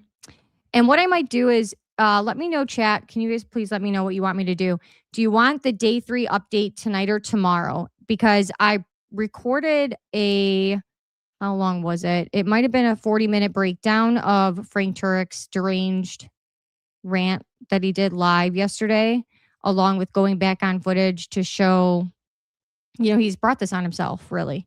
But it was a good one. Or I can post that one tomorrow morning. You guys let me know what you would rather watch later tonight. If you're laying in bed, do you want to watch Frank Turek be stupid, or do you want to watch a day 3 breakdown? But let me find Andrew Colvett blocked Sam Parker, which is funny. I forgot to bring that up. But I'm looking for the Snapchat thing. I may have to show that another live, but it should be right here. He did it just the other day, and it was really, really interesting. And the reason I wanted to show people too is, you know, we all know that we all joke about, you know, we all have like a sick, twisted humor at times, right?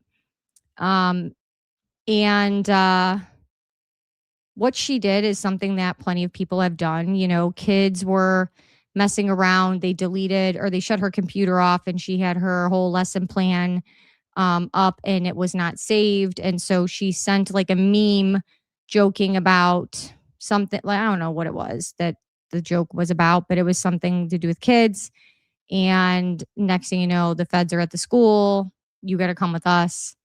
And right here, we're just going to watch this really quick because, again, it's not you today, but it can be. And so just be aware that, you know, for anyone who thinks that they don't watch us on our devices, newsflash, they do.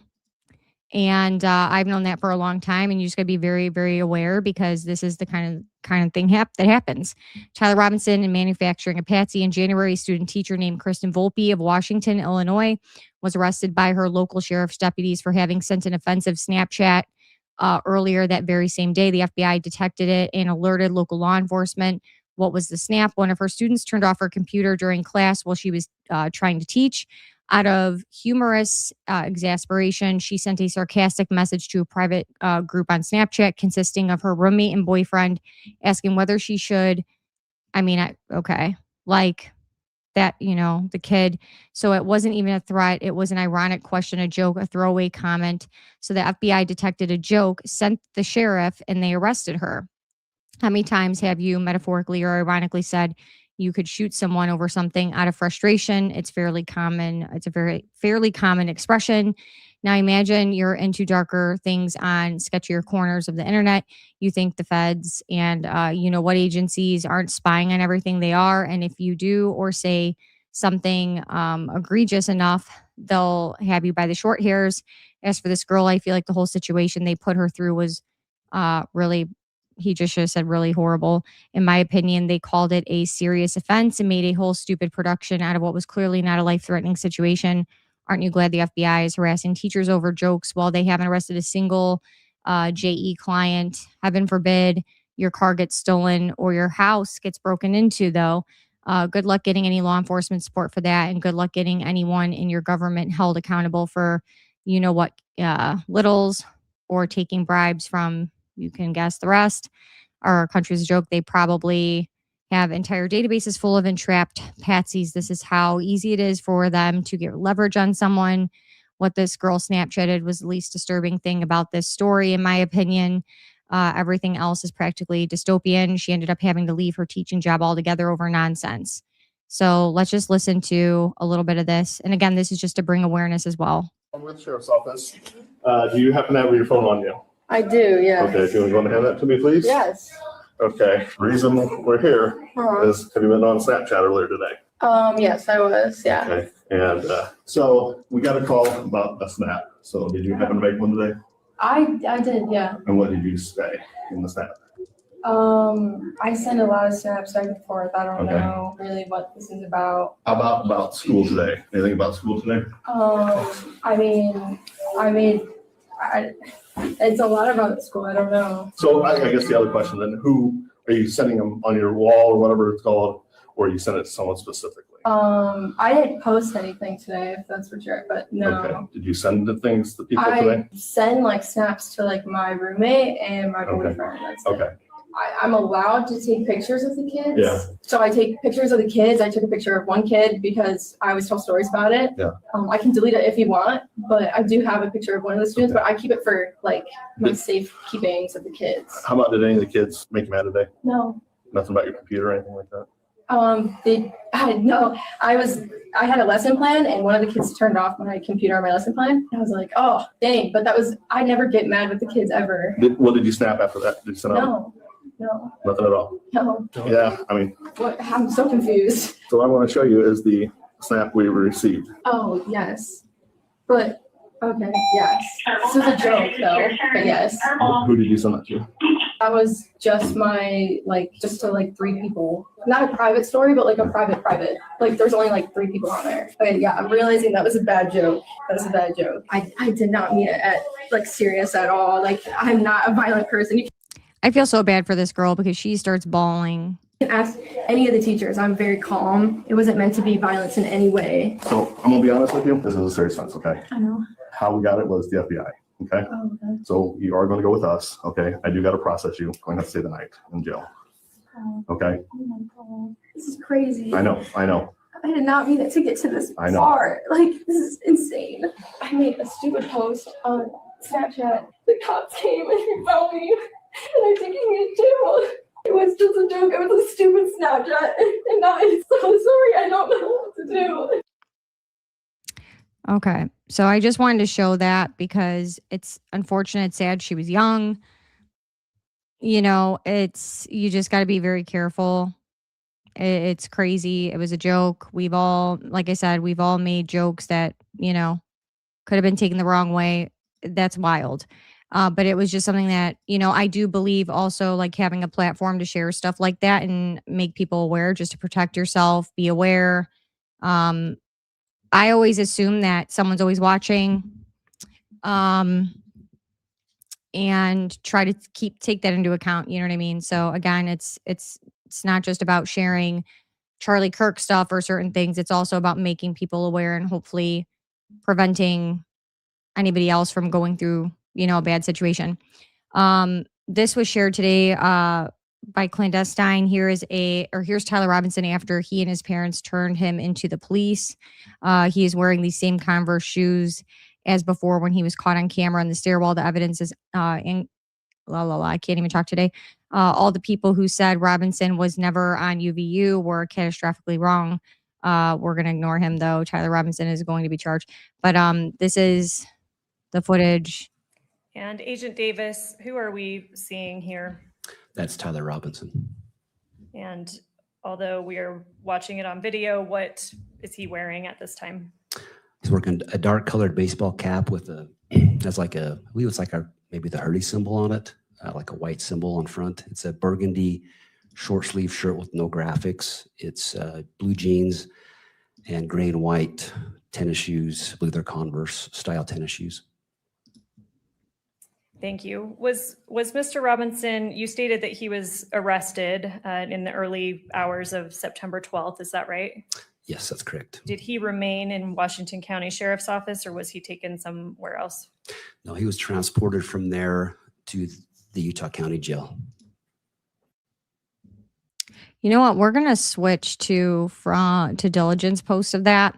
The only reason I wanted to show that is because again, they never show his face. We never see his face, and it's frustrating. How are we supposed to say for sure this is him? And as Diligent pointed out, there is no timestamp on the sheriff office surveillance video. Again, the footage was lost of him turning himself in, walking into the police department, and so on. So that was interesting. I covered that. You know, what should be the most secure building, along with banks and things, lose that kind of footage and not know what happened. Very interesting. And then we don't have his face in this video. More interesting things, but everything in this case is interesting. Everything in this case is odd. None of it makes sense. It's nothing new. Yeah. So again, wild stuff. Diligent also posted. Oh, so they did. So someone did go out there. Individual and Tyler Robinson, CK surveillance video over 6 foot tall, despite Utah County Sheriff stating Tyler Robinson is 5'10". Brandy Siciliani and Teresa Better helped me scale comparison at UVU in the same spot. I'm 5'11". He's much taller than me. All right, so there you have it, and we'll just blow that up. So that is a person who is 5'11". This is supposedly Tyler Robinson, who is 5'10". Definitely over 6 feet. What do you think, chat? What do you think? Pretty crazy, huh?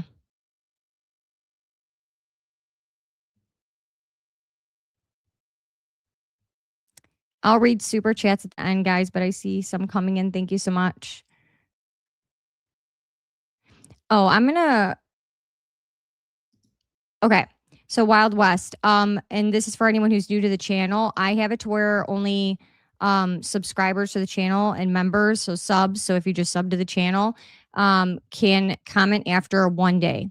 The reason it's like that is because, again, there are a lot of issues with YouTube right now where people are spamming people's channels. I am struggling with the algo and other things. Again, when you're talking about certain topics and you're covering certain things, as a small channel, I struggle as it is. And so if I have, BOT, finish the word, in the comment section spamming, it will literally get me in trouble. It could get your channel banned. So it's a precaution to protect the channel. I don't like having it that way. And I get a lot of emails saying like, oh, why do you have your stuff behind a paywall? There is no paywall. You just have to be subbed to the channel for a day and then you can start commenting. Also, I do have restrictions on comments. If there's any kind of inappropriate words in certain things, it goes into a held area where mods have to approve it. It's nothing personal. It is just to protect the channel. Just so you know, I just wanted to bring that up. I know a lot of people ask about it. Yeah, huge difference in height. Let's see. They carried him like a sack of potatoes. They were worried about boom debris. Yeah, and what did they do to him behind the table? Yeah, the whole thing behind the table was it's just weird. Yeah, and they are pushing for the death penalty. This is this is a death penalty case, I believe. If they haven't decided, it's going to be. I can already see it. Laura Loomer, I did a video on it. It's probably gonna be members only, that one, but yeah, she's something. There's several people calling for him to be offed like tomorrow. So I vote for uploading tomorrow and not later tonight. Okay, I'll do it tomorrow morning. I just, I feel bad because I would normally get it out tonight, but I chose to go live to go over this stuff. To me, this stuff was really important. The trial is important, but to show you guys, hey, listen, people are getting pulled down. Channels are really being attacked right now. And mine, I'm very cautious about what I share on lives, just because you know what I mean? You don't want to share something that could get your channel in trouble. But even without me necessarily showing certain things in trial coverage, I'm shocked because I've covered trials and I've had no issues. I'm surprised that happened. But then again, I watch the censorship on my videos and all kinds of things. So again, it's been a struggle. It's hard. I see why people move to Kick or other platforms, and eventually that'll be the case. But for now, I mean, I like YouTube. It's easy. But yeah, I wanted to show that to you guys, and I definitely wanted to go over the Ben Shapiro stuff that Candace had posted for those of you that don't have X, and I definitely wanted to share some of this stuff because this stuff is interesting. Things are getting pulled off the internet left and right, disappearing, changing. So it's like one of those things where I was like, you know what? I just better get on here and go live and just go over some of the stuff because it was just that wild. Candace also posted, which I can pull that up too, on her Instagram, saying that if anything happens to her, she wants people to question certain things. I will go ahead and pull up Candace's Instagram actually, and we'll look at it together really quick. For those of you, I don't know if you guys have seen her Instagram, but let's just go look at that really quick. Because she did share this, and I think it's because of everything going on with Ben. But her story was everybody wake up. She put up what we went over about Ben. She shared that again. We already read all that stuff. These people are demented and dangerous. Just yesterday, the former CEO of the Daily Wire publicly admitted that if the rest of his life was dedicated to fighting me, he would be fulfilled. And then this was the tweet where he was saying that. And then she said, you read that correct. If I am his only job, it is enough for him in life. That is not how CEOs speak. This is how deranged serial killers and perverted stalkers speak. These people are relentless. And then she said, I want to be very clear to all of my followers that if anything ever happens to me, I want Ben Shapiro, Jeremy Boring, and their you know what connections explored thoroughly. Go all the way. Yeah, Max. I cannot say enough that they have been relentlessly stalking me and my family through the court system, and they have made it clear they have no intention of stopping, and their obsession with lying about CK, who they hate, is not normal. And so again, she was just kind of like resharing everything that she has been sharing on X. He said it twice. There's no misinterpreting it. We went over that about how Ben was, 10 toes down on how he felt. So there was no misunderstanding. And I think that was the point, is she wanted to clarify that he fully means what he says. Not surprised. Like we can go back to X really quick and just see if there's anything else added to X for right now. And then I'm going to hop off here because we've been in here for almost 2 hours, and I'm going to try to start looking through trial because I'm behind now.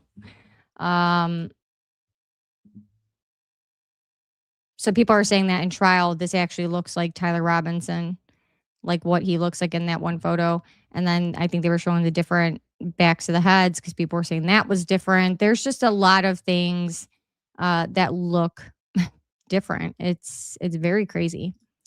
Let's just check for shits and giggles what Andrew Colvett has said today, if he said anything. I know that they're doing the hearing every day.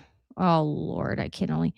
So did you guys all see in my last live what I shared about Blake? Because if you didn't, I'm going to share that again super quick because it was too good not to.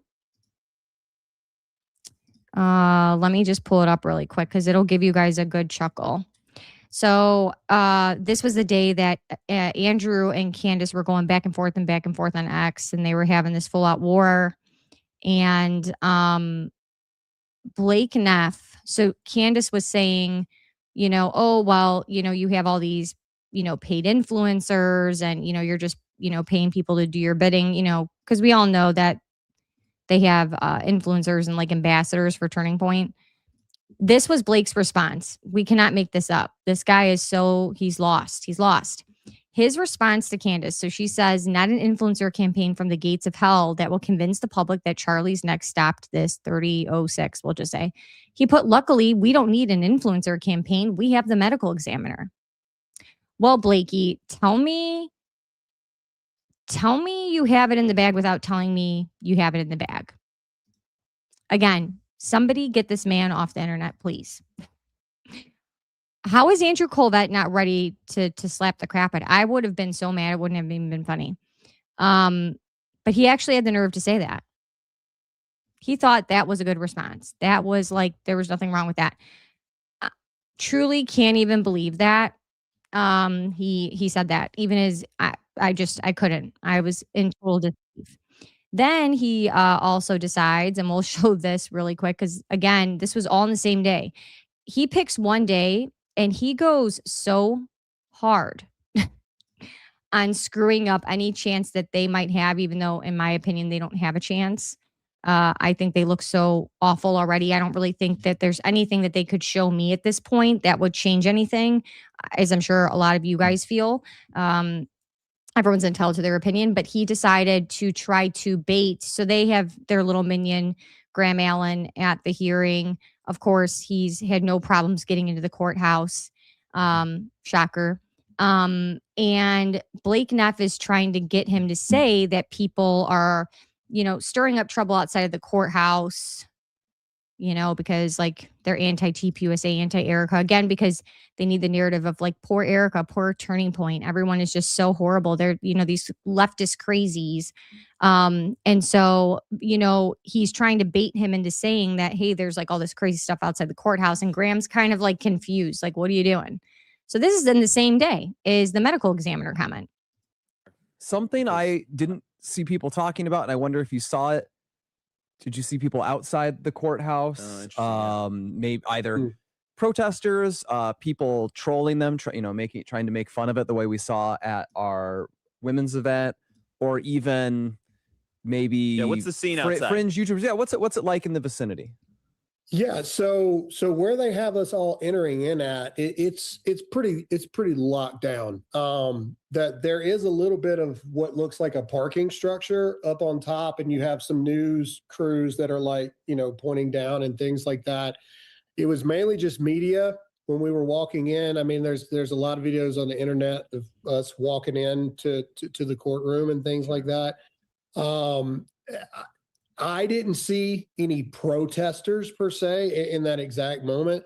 There were something in that exact moment. Yeah, there was no protesting going on at all. Not in that exact moment. There wasn't.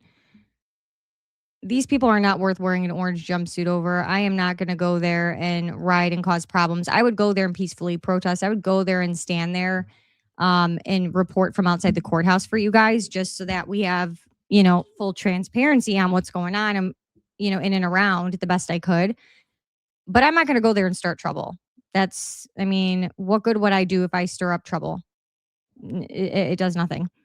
Someone said, oh, thank God that we got a daily brief from the DOW's communications puppet, Graham Allen. Not even. He's like their minion. He was fabricating stories and chomping at the bit for anything. He was desperate there. Blake was reaching. And then someone said, this is funny. It sounds like they're trying to figure out if their paid actors showed up. Graham is telling them nicely not to pay them. They didn't show up.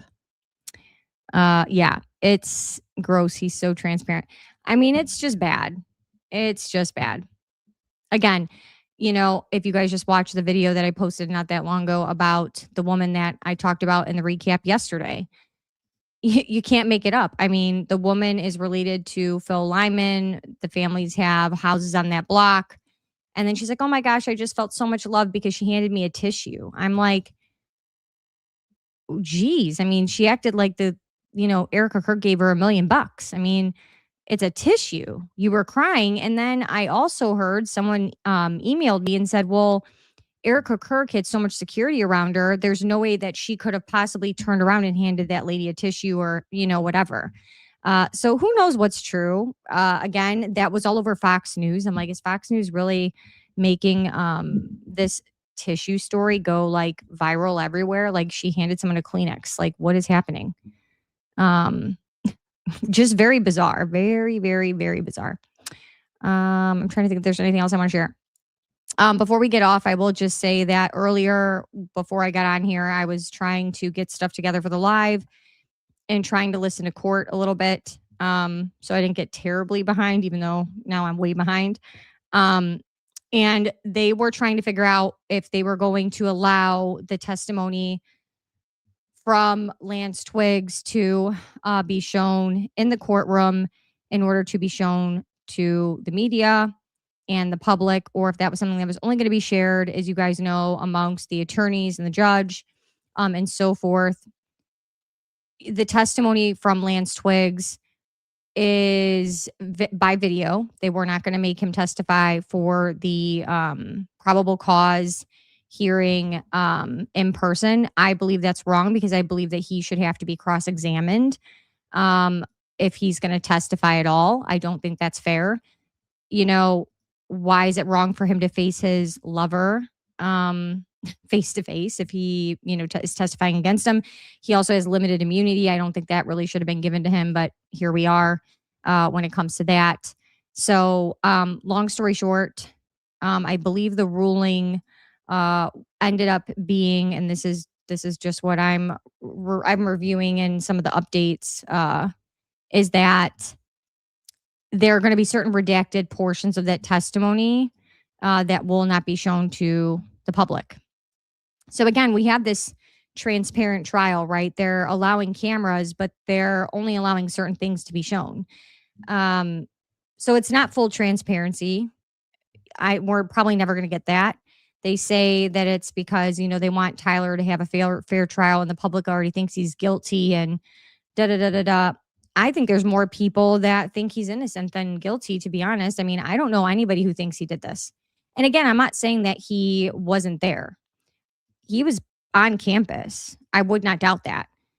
But I don't think that he did what they're saying he did. Again, is there some involvement? I have no doubt. It's just to what extent. So Candace just shared, because as I demonstrated on my show, there were many young men that all woke up and decided to dress in maroon shirts and light shorts on the day of the CK event. We'll just say the footage can be any one of these young men, and in my opinion, is likely multiple of them. I agree with that. I think that there was multiple, this is my opinion, patsies that were there that day. And because you never know what's going to go wrong. Someone doesn't show up or something goes wrong. That's just my opinion of it. I just think that they would have several. Again, the goal is just to cause enough confusion so that none of us could figure anything out for sure, right? That's all they have to do is cause enough confusion to where you can say it wasn't him, but they still steamroll things, but you'll never know for sure. That's the bottom line. So, right. Yeah, they're redacting things out is what I said. And the defense is saying it's because people already have Tyler guilty in their mind. And so showing these things is going to make them look more guilty. I actually do think that the defense is doing pretty good so far. I think the judge can't stand Tyler Robinson's attorney. She was Corey Richard's lawyer. So if people didn't think she was going to go in there and handle business, she means business. But she objects to everything, and the judge is just, he's over it. He's every 2 minutes today, he's like talking about, well, how much longer, or, we need to wrap this up. Like I said, we were only going to go from this time to this time until Friday and blah, blah, blah, blah. Like he's like, this is not a jury trial right now. This is a probable cause hearing, constantly reminding them. I mean, you could just tell he's not trying to drag this out. So she said, if Tyler Robinson's defense would like to contact me, I'd be happy to supply them the folder of the Maroon Boys that I began archiving when I noticed the bizarre fashion trend. I have thus far ID'd 2 of them, but will focus on IDing the rest of them when I'm back on air. I have maintained what the feds had multiple decoy maroon boys on the ground that day without a clear image. They certainly cannot declare it as Tyler Robinson, which is why all of the influencers are hoping they can simply hypnotize the public into trusting blurry images and videos for such an open and shut case. They have thus far provided zero evidence of anything outside of a criminal government, the likes of which hasn't been seen since the JFK event. Yeah. Stu Peters, whose bullet was that? Why wasn't the crime scene secured? So many questions. Prosecution left scrambling. Yeah, I mean, they dropped the ball here. I mean, they do not have a slam dunk case. And yet, again, what Candace said, they have to get up there, you guys, and they have to look you in the face and go, you don't know what you're looking at. You haven't seen everything. You haven't, oh my God, this clip was life-changing. It was amazing. It was outstanding. They know it's not outstanding. I showed you guys what Andrew Colvett literally sat there and said to the world. What was the verbiage he used? That it was powerful. Chat, was it powerful? What was powerful about that clip? That would tell us that the person that has been sitting in jail for the last 9 months, did it prove to you that that's for sure Tyler Robinson? It did not. These are all grainy, blurry photos. Now we just happened live to see that picture of the height difference is, for that person being 5'10", if Tyler Robinson's 5'10", I don't see how that works. So, yeah, I don't know. I am just like, every day, it's like, what are we even doing here anymore? But we all know what the deal is. I don't like it, but it's pretty clear that we're dealing with sheer craziness. So an hour ago, the hearing ended. Brian Enton said, I was checking his stuff. The defense wants to redact 5 screenshots from Lance Twig's phone. He also said prosecutor will make the edits to the Lance Twig's interview tonight, and then it seems parts of it will be played tomorrow. So tomorrow will be a very big day. Judge says he recognizes the importance of transparency, but also recognizes balancing constitutional rights. It's a fine line. He's said that multiple times. We've talked about that. Let's see. Attorney for the Kirk family is now speaking. The Kirk family believes if the evidence is being admitted, it should be made public for the world to see. No redactions. I agree. Media lawyer now arguing public has a right to access. This is what they were arguing before we got on our live.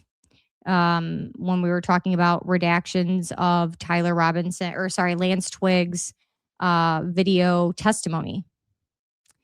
So tomorrow will be a big day. They will show Lance Twig's interview.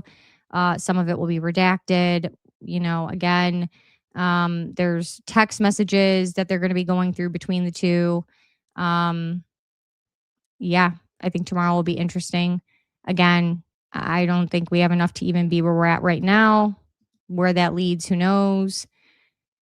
It's a waiting game. It's going to be a very, very long waiting game because from now until the time the trial takes place, I mean, if you think about it, probably at least a year. I mean, you guys let me know, but it takes time for them to usually put a trial date together. I mean, with Diddy, it was like what? Probably took like a couple years. I want to say like between 1 to 2 for us to get to the trial date. So I'm thinking it'll be about the same for Tyler Robinson. But then there's other cases where they put a trial date together pretty quick. So I don't know. I think it just depends. Okay, so we're going to hop off here. I'm going to read the super chats. Again, anyone who sent a Cash App, I don't want to go through all the names. Some of them, if I see that they're the same as the names in the chat, then I'll read them. But sometimes they don't. Let me see. I just wanted to see. Okay, sorry. My husband was texting me. So we'll read those super chats. Thank you guys to everyone who sent a Cash App. I appreciate you. That was really, really sweet. Again, every little bit helps the channel. I plan to cover trials live. I'm going to be covering a trial live in September. So that's exciting. It's going to be my first one where I'm going to be like boots on the ground for the channel. So I'm excited about that. Again, if you want to know how to support the channel, there is memberships that are really nice that get exclusive content posted. Our highest tier that I'm hopefully going to build up over time is going to be members only lives throughout the month, which are going to be fun. There's a link in bio for the Patriotic Housewife store. We have some merch. And then of course, you know, I appreciate any of the Venmo, Cash Apps, Super Chats. You guys are all truly incredible. And that's how channels are able to, you know, grow and be better, is through the support of you guys. And again, liking and commenting and sharing the content helps a ton. Now is a time where the support matters. You know, trying to combat censorship, it's hard. So I really, truly appreciate every little thing that everyone does to help. Because believe it or not, when you spend a lot of time, you know, researching and putting things together, and then, you know, it feels like no one gets to see your work, or you're just getting bogged down, it can be discouraging. It's like an up and down battle. Like I have days where I'm like, no matter what, you know what I mean? Like I'm tough headed. And then there's days where I just feel really beat down and tired. And I'm like, you know, I'm doing my best and I'm working really hard, the best I can. And you just feel like, is it going to amount to anything? Is it ever going to feel like I'm making a difference, or am I going to get somewhere? So it's up and down.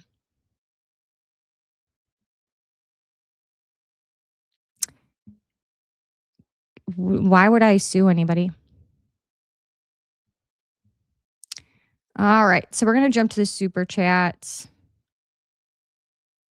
here in a second. I just want to go through the comments really quick just to see if there's anything.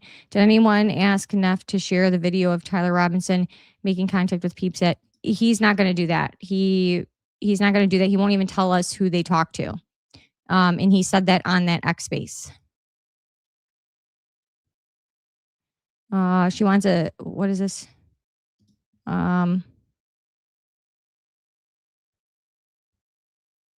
Given EK has so much pull, she'll probably get her speedy trial.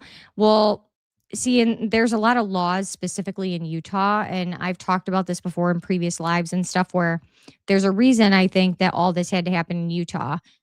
So many reasons, from sitting outside and sitting in that, I'd call it like a bowl, like being in like a fish bowl.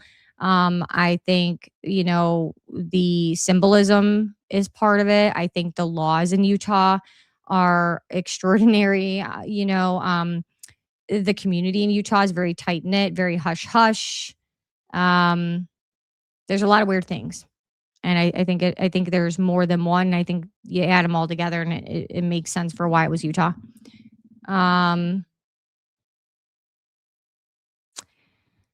Let's see. I still want to know how Tyler Robinson got himself involved in this quagmire of evil. Has his family spoken up? What an unholy mess. To my knowledge, his parents have not spoke. I did show a video of them because I'd never seen them before. And I'll pull it up really quick, actually, because, you know, like when you have an idea in your head of like what people look like, not that it's like that important, but I don't know. I just had an idea of like what his parents looked like. I don't know. And they look so different. They look normal. They look like, I don't know, I don't even know what the word is I'm looking for. Just not what you would picture, but I think that they look like strict parents. They look like no nonsense parents. And I think what makes it weird is, you know, if Tyler, I don't know. It's hard to explain. That's why I want to show you guys this. I'm just trying to figure out where the heck I have this video, because again, I save everything that I show you guys because I feel like I always go back and reference stuff. And I was going over his parents and everyone arriving to the courthouse. So I know it's in here somewhere. I just have to, even with my glasses, I feel like I can't read sometimes. Well, looking at the computer for long periods, right? Like it happens. Now I know that his parents have been at court every day. I will tell you that. Let me see if I can find. I'm gonna search in my email.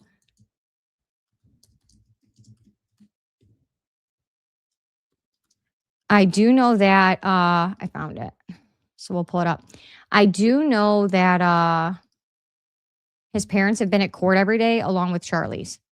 So everybody has been at court every day. Erica Kirk has been there as far as I know. I didn't hear anything about Erica getting there today. I saw Charlie's parents and Tyler Robinson's parents.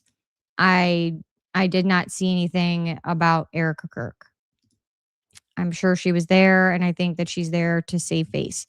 So this is Tyler Robinson's parents leaving the courthouse the other day, just so you guys can see what they look like. That's his mom and dad. Why am I gaslighting you by lying? Lying about what?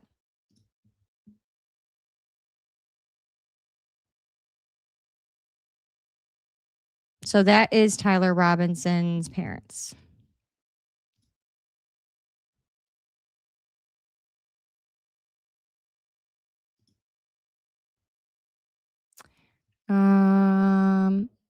In case you guys didn't get to see them. I know there's some people who'd probably want to see what they look like, or, you know, just put a face to them, I guess.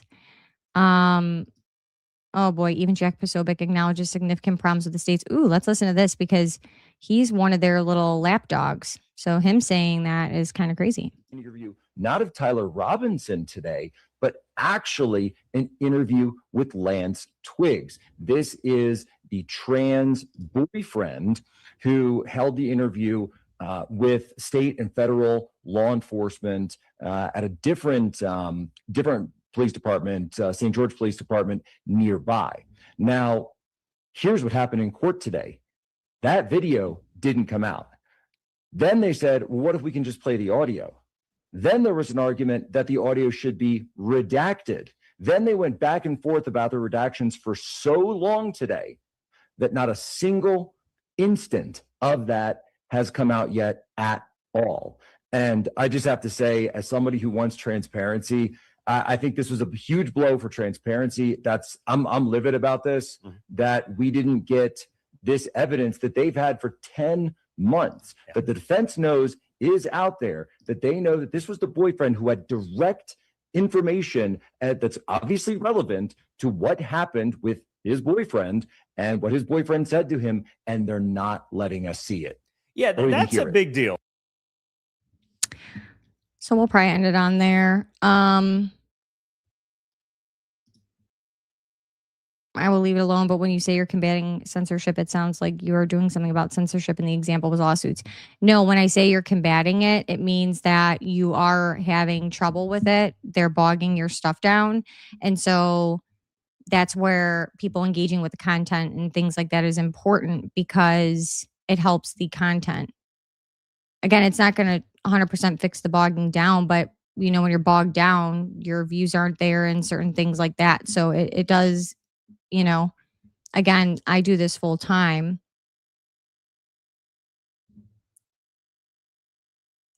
I'm trying to read through the comments. Sorry.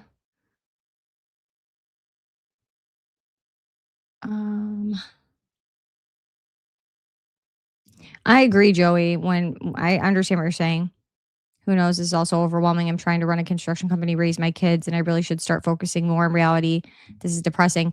It is. And I always say that, you know, and people who have been here for a while, I tell people, you know, get offline, spend time with your family, do something that you love, do something that makes you happy. You can't look at this negative stuff all the time. It's important to have balance. It's important to keep talking about things, because I think that the exhaustion that we talk about, like, you know, they hope for that. They want you to be so depressed, so exhausted, so feel so helpless, to where, you know what I mean? You just stop. That's the goal. And believe me, there are days where I'm tired. I'm like, I don't even want to get up there and deal with this anymore necessarily, because you're hoping that by talking about it, that you are going to eventually get answers and justice and be a part of this movement of I at least attempted to make a difference in this situation. And in a lot of ways, it can feel like we're never going to get that. And we may never get that. But I'm one of those people where, for me, in this situation, I'm like, you know what? I would rather say I tried, I gave it my all, and I genuinely tried as hard as I could. And that's enough for me, right? And so it's not for everybody. And I do think that it's important to make sure that you live a balanced life and don't, you know what I mean? If this is, not, because this is not going to fill your cup, right? So that's why, I spend time, like there's days that, I pre-record several videos so that I can take a couple of days off of recording. And sometimes those couple of days of recording that I'm off, you guys, I watch, like the other day I watched Stuart Little. I'm 37 years old. I have no kids. My husband's like, are you really watching Stuart Little?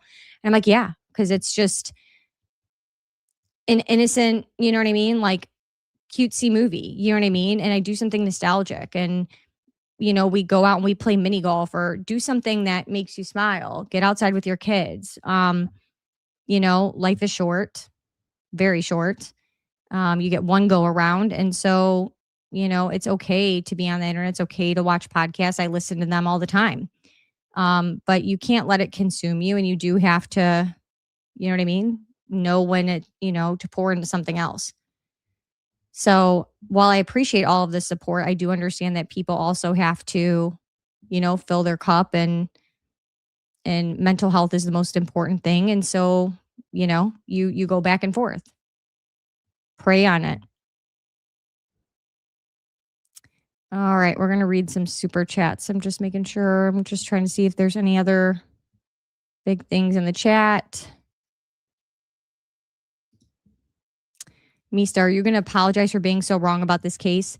If I'm proven to be wrong, but I seriously doubt that, but okay. But yeah, if I'm proven to be wrong, as in like I see proof, not blurry images, not hearsay. No. But more than likely, I'm not going to have to apologize, by the way. There's too much mounting evidence saying that, who's sitting in that courtroom today is not who we need to be worried about. Again, people who, let's see.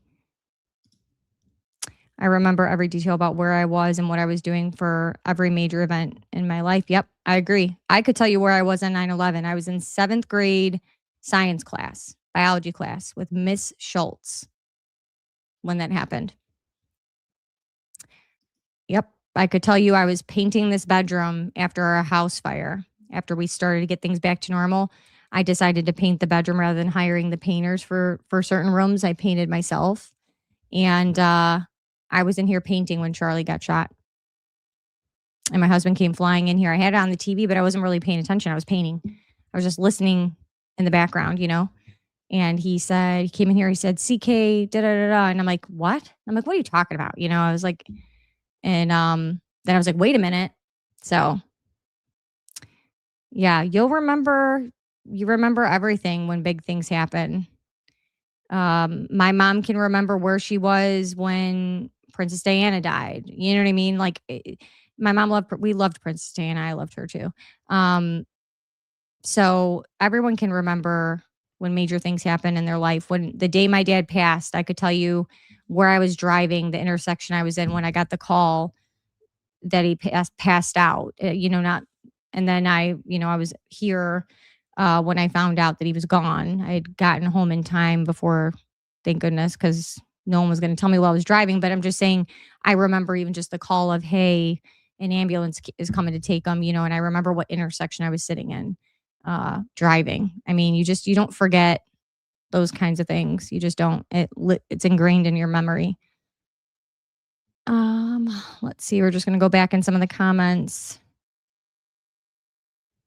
Yeah, huge difference in height in those from the photos earlier. Yeah.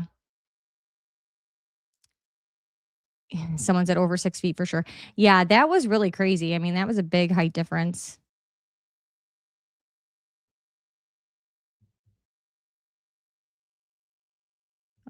Just trying to go through the comments again.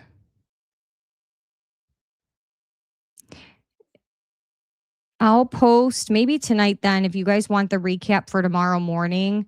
Maybe what I'll do is I'll post the Frank Turek overview tonight, and then tomorrow morning I'll get up early, I guess, and I'll record it tomorrow morning, then post it tomorrow morning.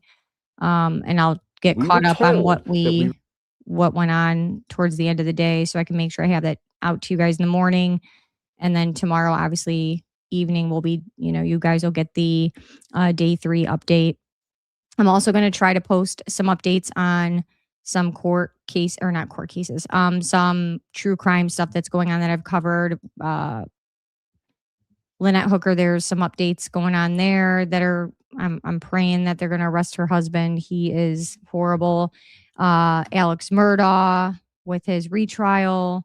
Elena Moore, there still is no autopsy back officially, or the toxicology. Same thing with Marley Kinney. I'm going to be talking about a horrible, horrible tragedy that happened in a small town where my grandma and grandpa live. A mom killed her 2 children, 1-year-old and 11-year-old. And it was my grandma's neighbor. And my grandma's devastated. It's absolutely a horrible story for a small town like that. Things like that don't happen there. It's devastated the entire community. I'm going to cover that case all the way through trial, but this just happened a couple weeks ago. But I'm going to be doing, I recorded a video on the actual murders itself, just to give background on the case so that once it comes time for the trial, we'll be able to cover that. I'll probably cover that one in person, again, because of it being important to my grandma and a part of a small town that I've been going to my whole life, and the tragedy that it is. Thanks for all your hard work and keeping us informed. I appreciate you. Thank you for being here.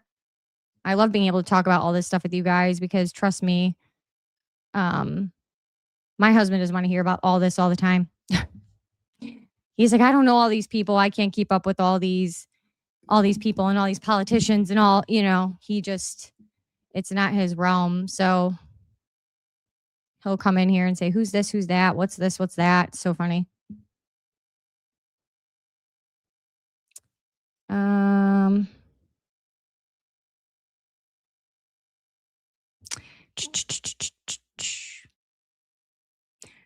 Let's see. I'm just making sure I didn't miss anything big in the comments before I read these super chats, and then we can all hop off because it's getting late. Oh my goodness, it's 8:30. I appreciate you guys so much for being in the live. Truly, thank you so much for being here, and for being supportive. And I'm glad that you guys are enjoying the channel. I'm glad you guys are enjoying the information. Again, I haven't been podcasting for very long, probably 7 or 8 months. And I'm not a technological person, is what I call it. So for me to learn how to make thumbnails and stuff, it's hilarious that I do anything with tech because I'm not techie. So the fact that this, I was in medical device sales and then ended up with lupus and fibro, and then it led me to my next passion in life, which was research and true crime and exposing corruption and things, and me doing it here is truly outstanding. And I love what I do. It's so much fun. I love it. This is stuff I would be doing anyway. And so it's just really amazing that I get to do it here with you guys, truly. And I love being able to talk about all these different things. It's not something that maybe matters to everybody, but it's nice when you have that outlet. And even for you all, I'm sure. Let's see. Blake was counting down to the event. You can tell by the way he acted and kept looking at his hands, watch, phone. Yeah, but he ran. Man, Kay, he ran he moved so fast. I'll have to go back and find that footage because a lot of people say, oh, I didn't see him run off. And I'm like, yeah, you didn't, because he moved so damn fast. So, yeah, he was like Flash Gordon when that happened. And, Mikey was so chill. and just walking and dragging his feet, and Blake Knapp was gone. Gone. So I was just going to make sure that nothing else was posted here. I don't think there's anything that we're going to see just yet. Again, I know court's done for the day, so we'll just, I'll have to see what time they're going to start court tomorrow. Let's see. Love your podcast. Thank you for all your hard work. Thank you so much, Kay. I appreciate you so much. Thank you for saying that. I had a couple people that left comments that said, you missed your calling. You should have been a lawyer. You're really good with law. And I love law, actually. If I didn't go into the medical field, I would have been a lawyer, but I went into medicine instead and had no idea where life was going to lead me. Are all the phone records going to be subpoenaed? That's a good question. I'm not really sure what's going to go on with the phone records. I know that they have phone records. What's going to be released? I have no idea yet.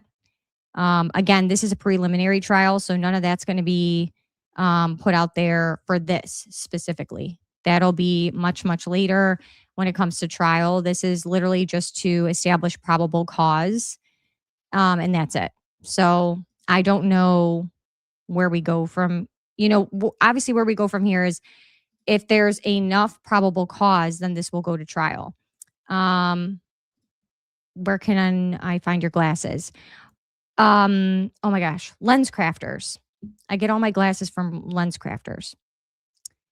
I have really good eye insurance. So like I get a pair of lenses and frames covered every year. And then the second pair, I get half off my lenses, half off my frames. So usually I get 1 or 2 pairs, depending. I like to get 2 pairs usually, just because, and my prescription doesn't change like very often. So it's nice because like I have like a ton of different glasses and I could just like, wear whatever's comfortable that day or whatever matches my clothes if I want to wear. I have like a bunch of different fun ones. Someone actually left a comment that, why do you wear Jeffrey Dahmer's glasses? Like they look okay on you, like they're cute, but why do you wear those? I'm like, I like them. They're fun. But yeah, Lens Crafters. These ones, I usually always pick like Michael Kors because they, for some reason, like their glasses always complement my face really well. I have, so Michael Kors, or I go with Ray-Ban. Most of mine are Michael Kors or Ray-Ban. And then these ones, I have 1 pair of Burberry and these are Versace. And the reason I went with the Versace ones is because like they're kind of like flat. Like I'm sure you guys can tell like this part's flat. When they're too like round and like deeper, like a true aviator, it does not look good on my face. So these were the only ones that had more of like a not so deep, I'm talking about, look. So that's why I went with those. Working in the health field is a secure job though. Cannot replace what you do. Yeah. Well, in medical device sales, there's a lot of stress. I got sick with lupus and fibro, and in the beginning with my lupus, I was very much like an MS patient. I woke up one day, couldn't use the left side of my body. I was really bad off. And it was just a job that I could not do with the 2 diseases. So I had to figure out what the next thing was that I was passionate about. I had to do a lot of praying for what my new purpose was. And one day I was told by God to start a podcast. I'm not joking. I had been praying on it and I'm like, I can't sit in bed every day. Like, what is the point of living if I'm just going to sit in this bed all the time? And told him I would be responsible with whatever my calling was. And I would, be responsible with whatever it was, and started. And here we are 8 months later. So I'm learning as I go. Again, I'm not tech savvy. It's hilarious that I podcast. It's not ever what I would have seen for myself, but I love it. Shockingly, I love it. I never thought I would put my face on the internet like this. I'm not a person who like takes pictures when I'm out and posts my outfit. I'm not like one of those people. I'm very much like live in the moment, be present, be intentional. So it's kind of hilarious that I ended up on YouTube. But I love it. It's not what I foreseen for myself. So it's interesting how that works. I love Stuart Little when he sails the Wasp. Oh my gosh, that was so freaking good. I watched both of them back to back, by the way. Please don't judge me, guys. I love watching like nostalgic movies. Burnt letters and confessions are claimed that might help. Twigs could just come in. Yeah, I can't even imagine what's going to come from all this. Oh my goodness. My brother's girlfriend is calling me. We'll have to talk later. Let's see. If they want to think Twigs, if they want to think Twigs didn't do it, let him be questioned because he obviously. Sorry, guys. Okay, hold on. Let's see, be questioned because he obviously has a reason to dump it on him to protect himself. Yeah, I gotta find this video. Girls were talking about that there was this video and they were like, this looks like just like Lance Twigs being on campus. And I was gonna share it, and then I was like, you know what? Like, I don't know. It does resemble him. But then again, it's like you just never know anymore. There's so much on the internet now to where it gets to be a little bit sketchy to share everything that you come across. But I try to like just show you guys and let you guys do what you want with it, but some stuff it's really debatable. I'll have to find it and we could talk about it in another live or show it in another live. Let's see. We all know who took Charlie's life. It will come out in about 6 years from now, like JFK. Can you imagine? I really hope it doesn't take that long, but you never know.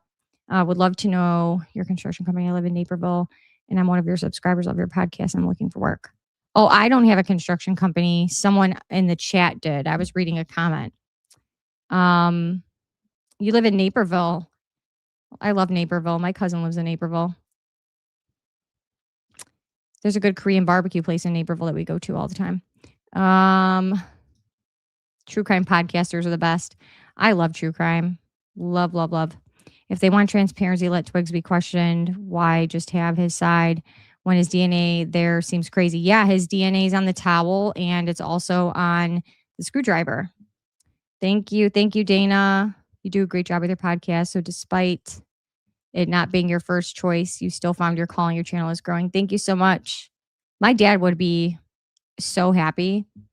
Like, I wish that he was still here to see it because he was always saying, you should start a podcast. You should be on the internet. And I'm like, nah, I'm good. And then he passed away and then here I am. And I'm like, is that, Dad, what's going on? Who would have made that up? Robots are doing surgery. Stryker, if she's a supply rep, hard job. They are treated poorly by woke upper echelon hospital staff. So I worked for distributorships. I did endoscopic spine and also lumbar fusions, SI fusions, lots of fusions, bone graft, all that stuff. So I did all kinds of different things. But I traveled the whole state of Florida, was in all the live surgeries, taught cadaver labs, and it is a high stress. You're at the mercy of every single surgeon that you work with. You make good money, you have no life. And I think the stress also brought out my autoimmune. So I feel blessed to be here.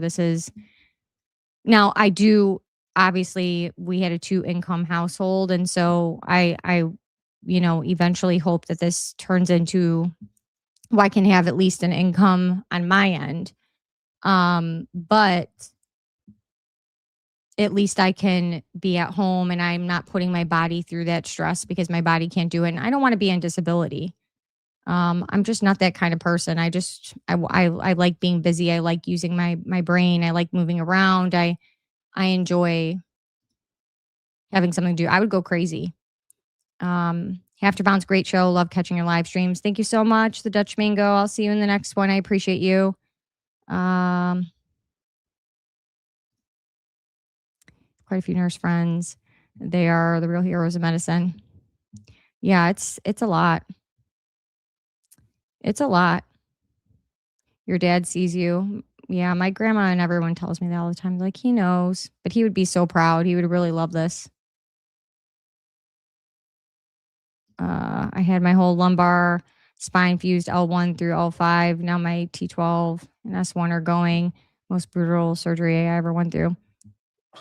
Yeah, it just depends. It depends on the person. It depends on the injuries that cause the need for, and being fused isn't fun. You lose your range of motion. It's not something you want to do unless you have to. And it's not something you want to do at a young age either.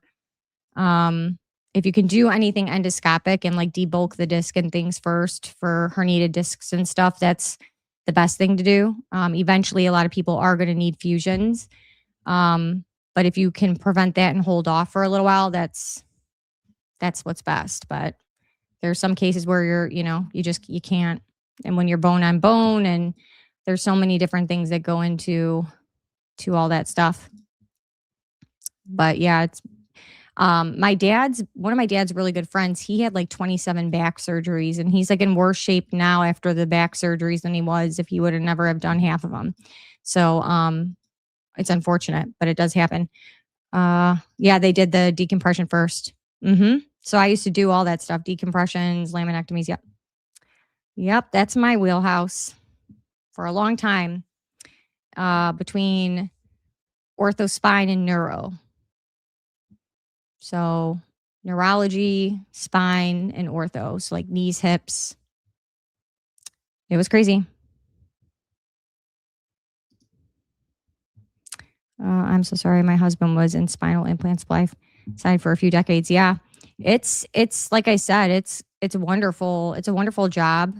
Again, like, you can do very well for yourself, but it comes with a price. You know what I mean? You don't have much of a life.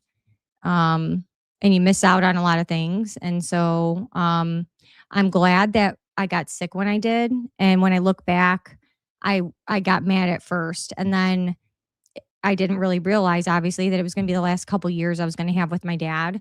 And so I was so grateful that it happened when it did, because I got to not miss one family vacation. I got to, when I would go to see my family, I got to be there longer. And it allowed me to free up a lot. So I really had a lot of time with my family before my dad passed. And my dad passed suddenly. It's not like he was sick. So I'm grateful for that time. I don't have a construction company.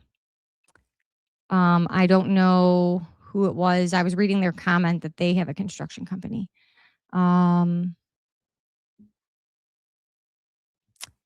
So I don't know who the person was in the chat, though.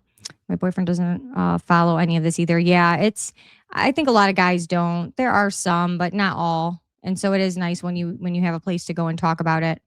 But I know that there's like a lot of people live too. So it's been challenging to even figure out the right time to go live and not conflict with other channels. And then you know what I mean? Because there's a lot of bigger channels that people want to keep up with, Baron or certain channels. And so if I go live at that time, it's, you're kind of talking to yourself. So it's kind of hard to figure out the lives, but it's okay. We're rolling. We're doing what we can here. Trial was already fixed, in your opinion? Yeah, I mean, I think we all kind of knew that going into it.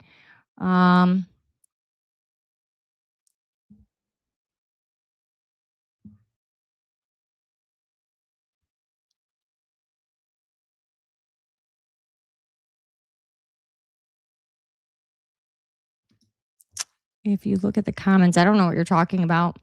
Who have already been banned, so it looks like she's talking to Air. No idea what you're talking about. All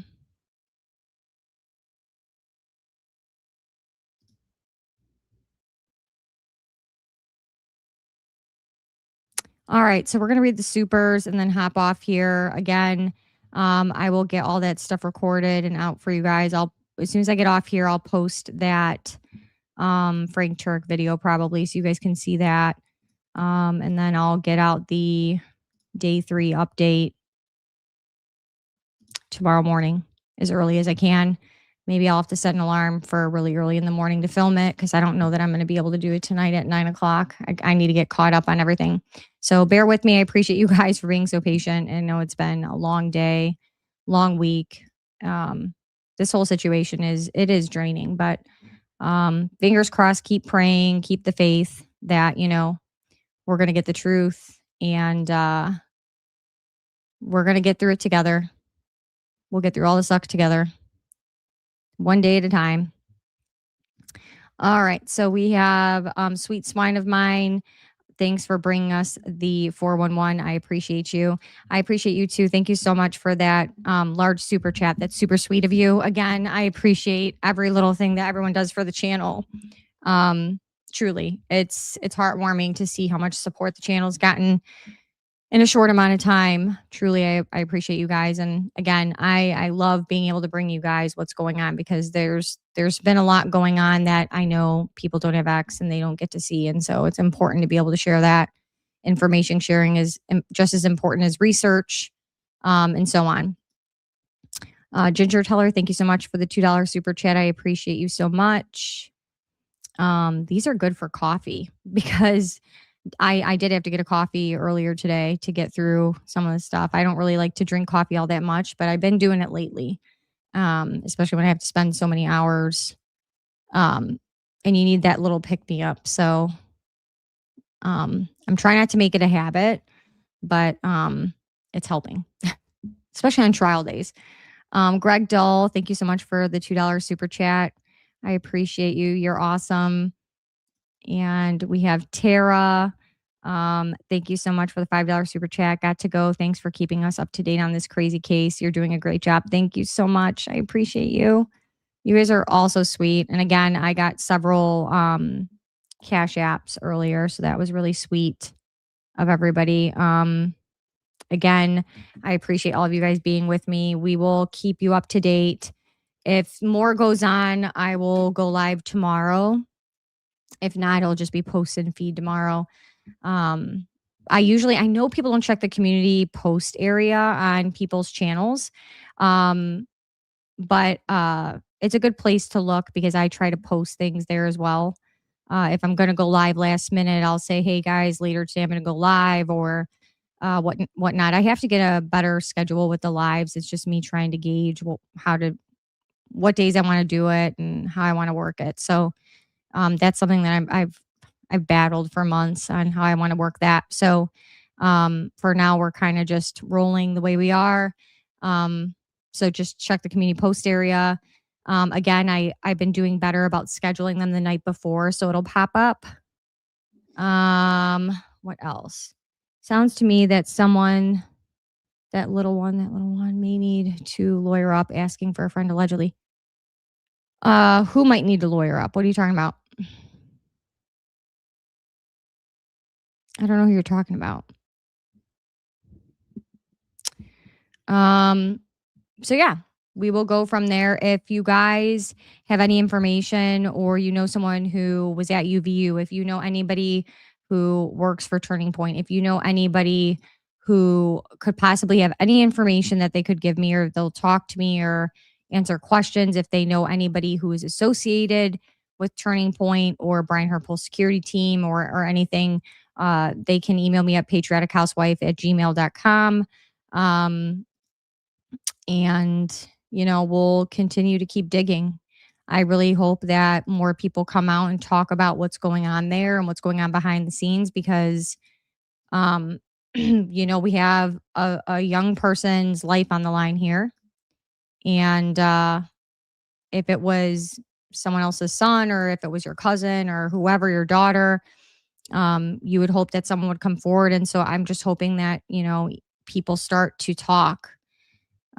These people, there's more of us than them. And I think if we can all come together, hopefully we could prevent this from getting worse. But we shall see. I'm going to pray on it. I'm praying for all of you. I appreciate you. Get some sleep. Watch some junk TV. That's my plan as I catch up. Well, I lied. I got to watch court. So I will see you guys all tomorrow. I appreciate you guys. Have a good rest of your night. And I will see y'all later.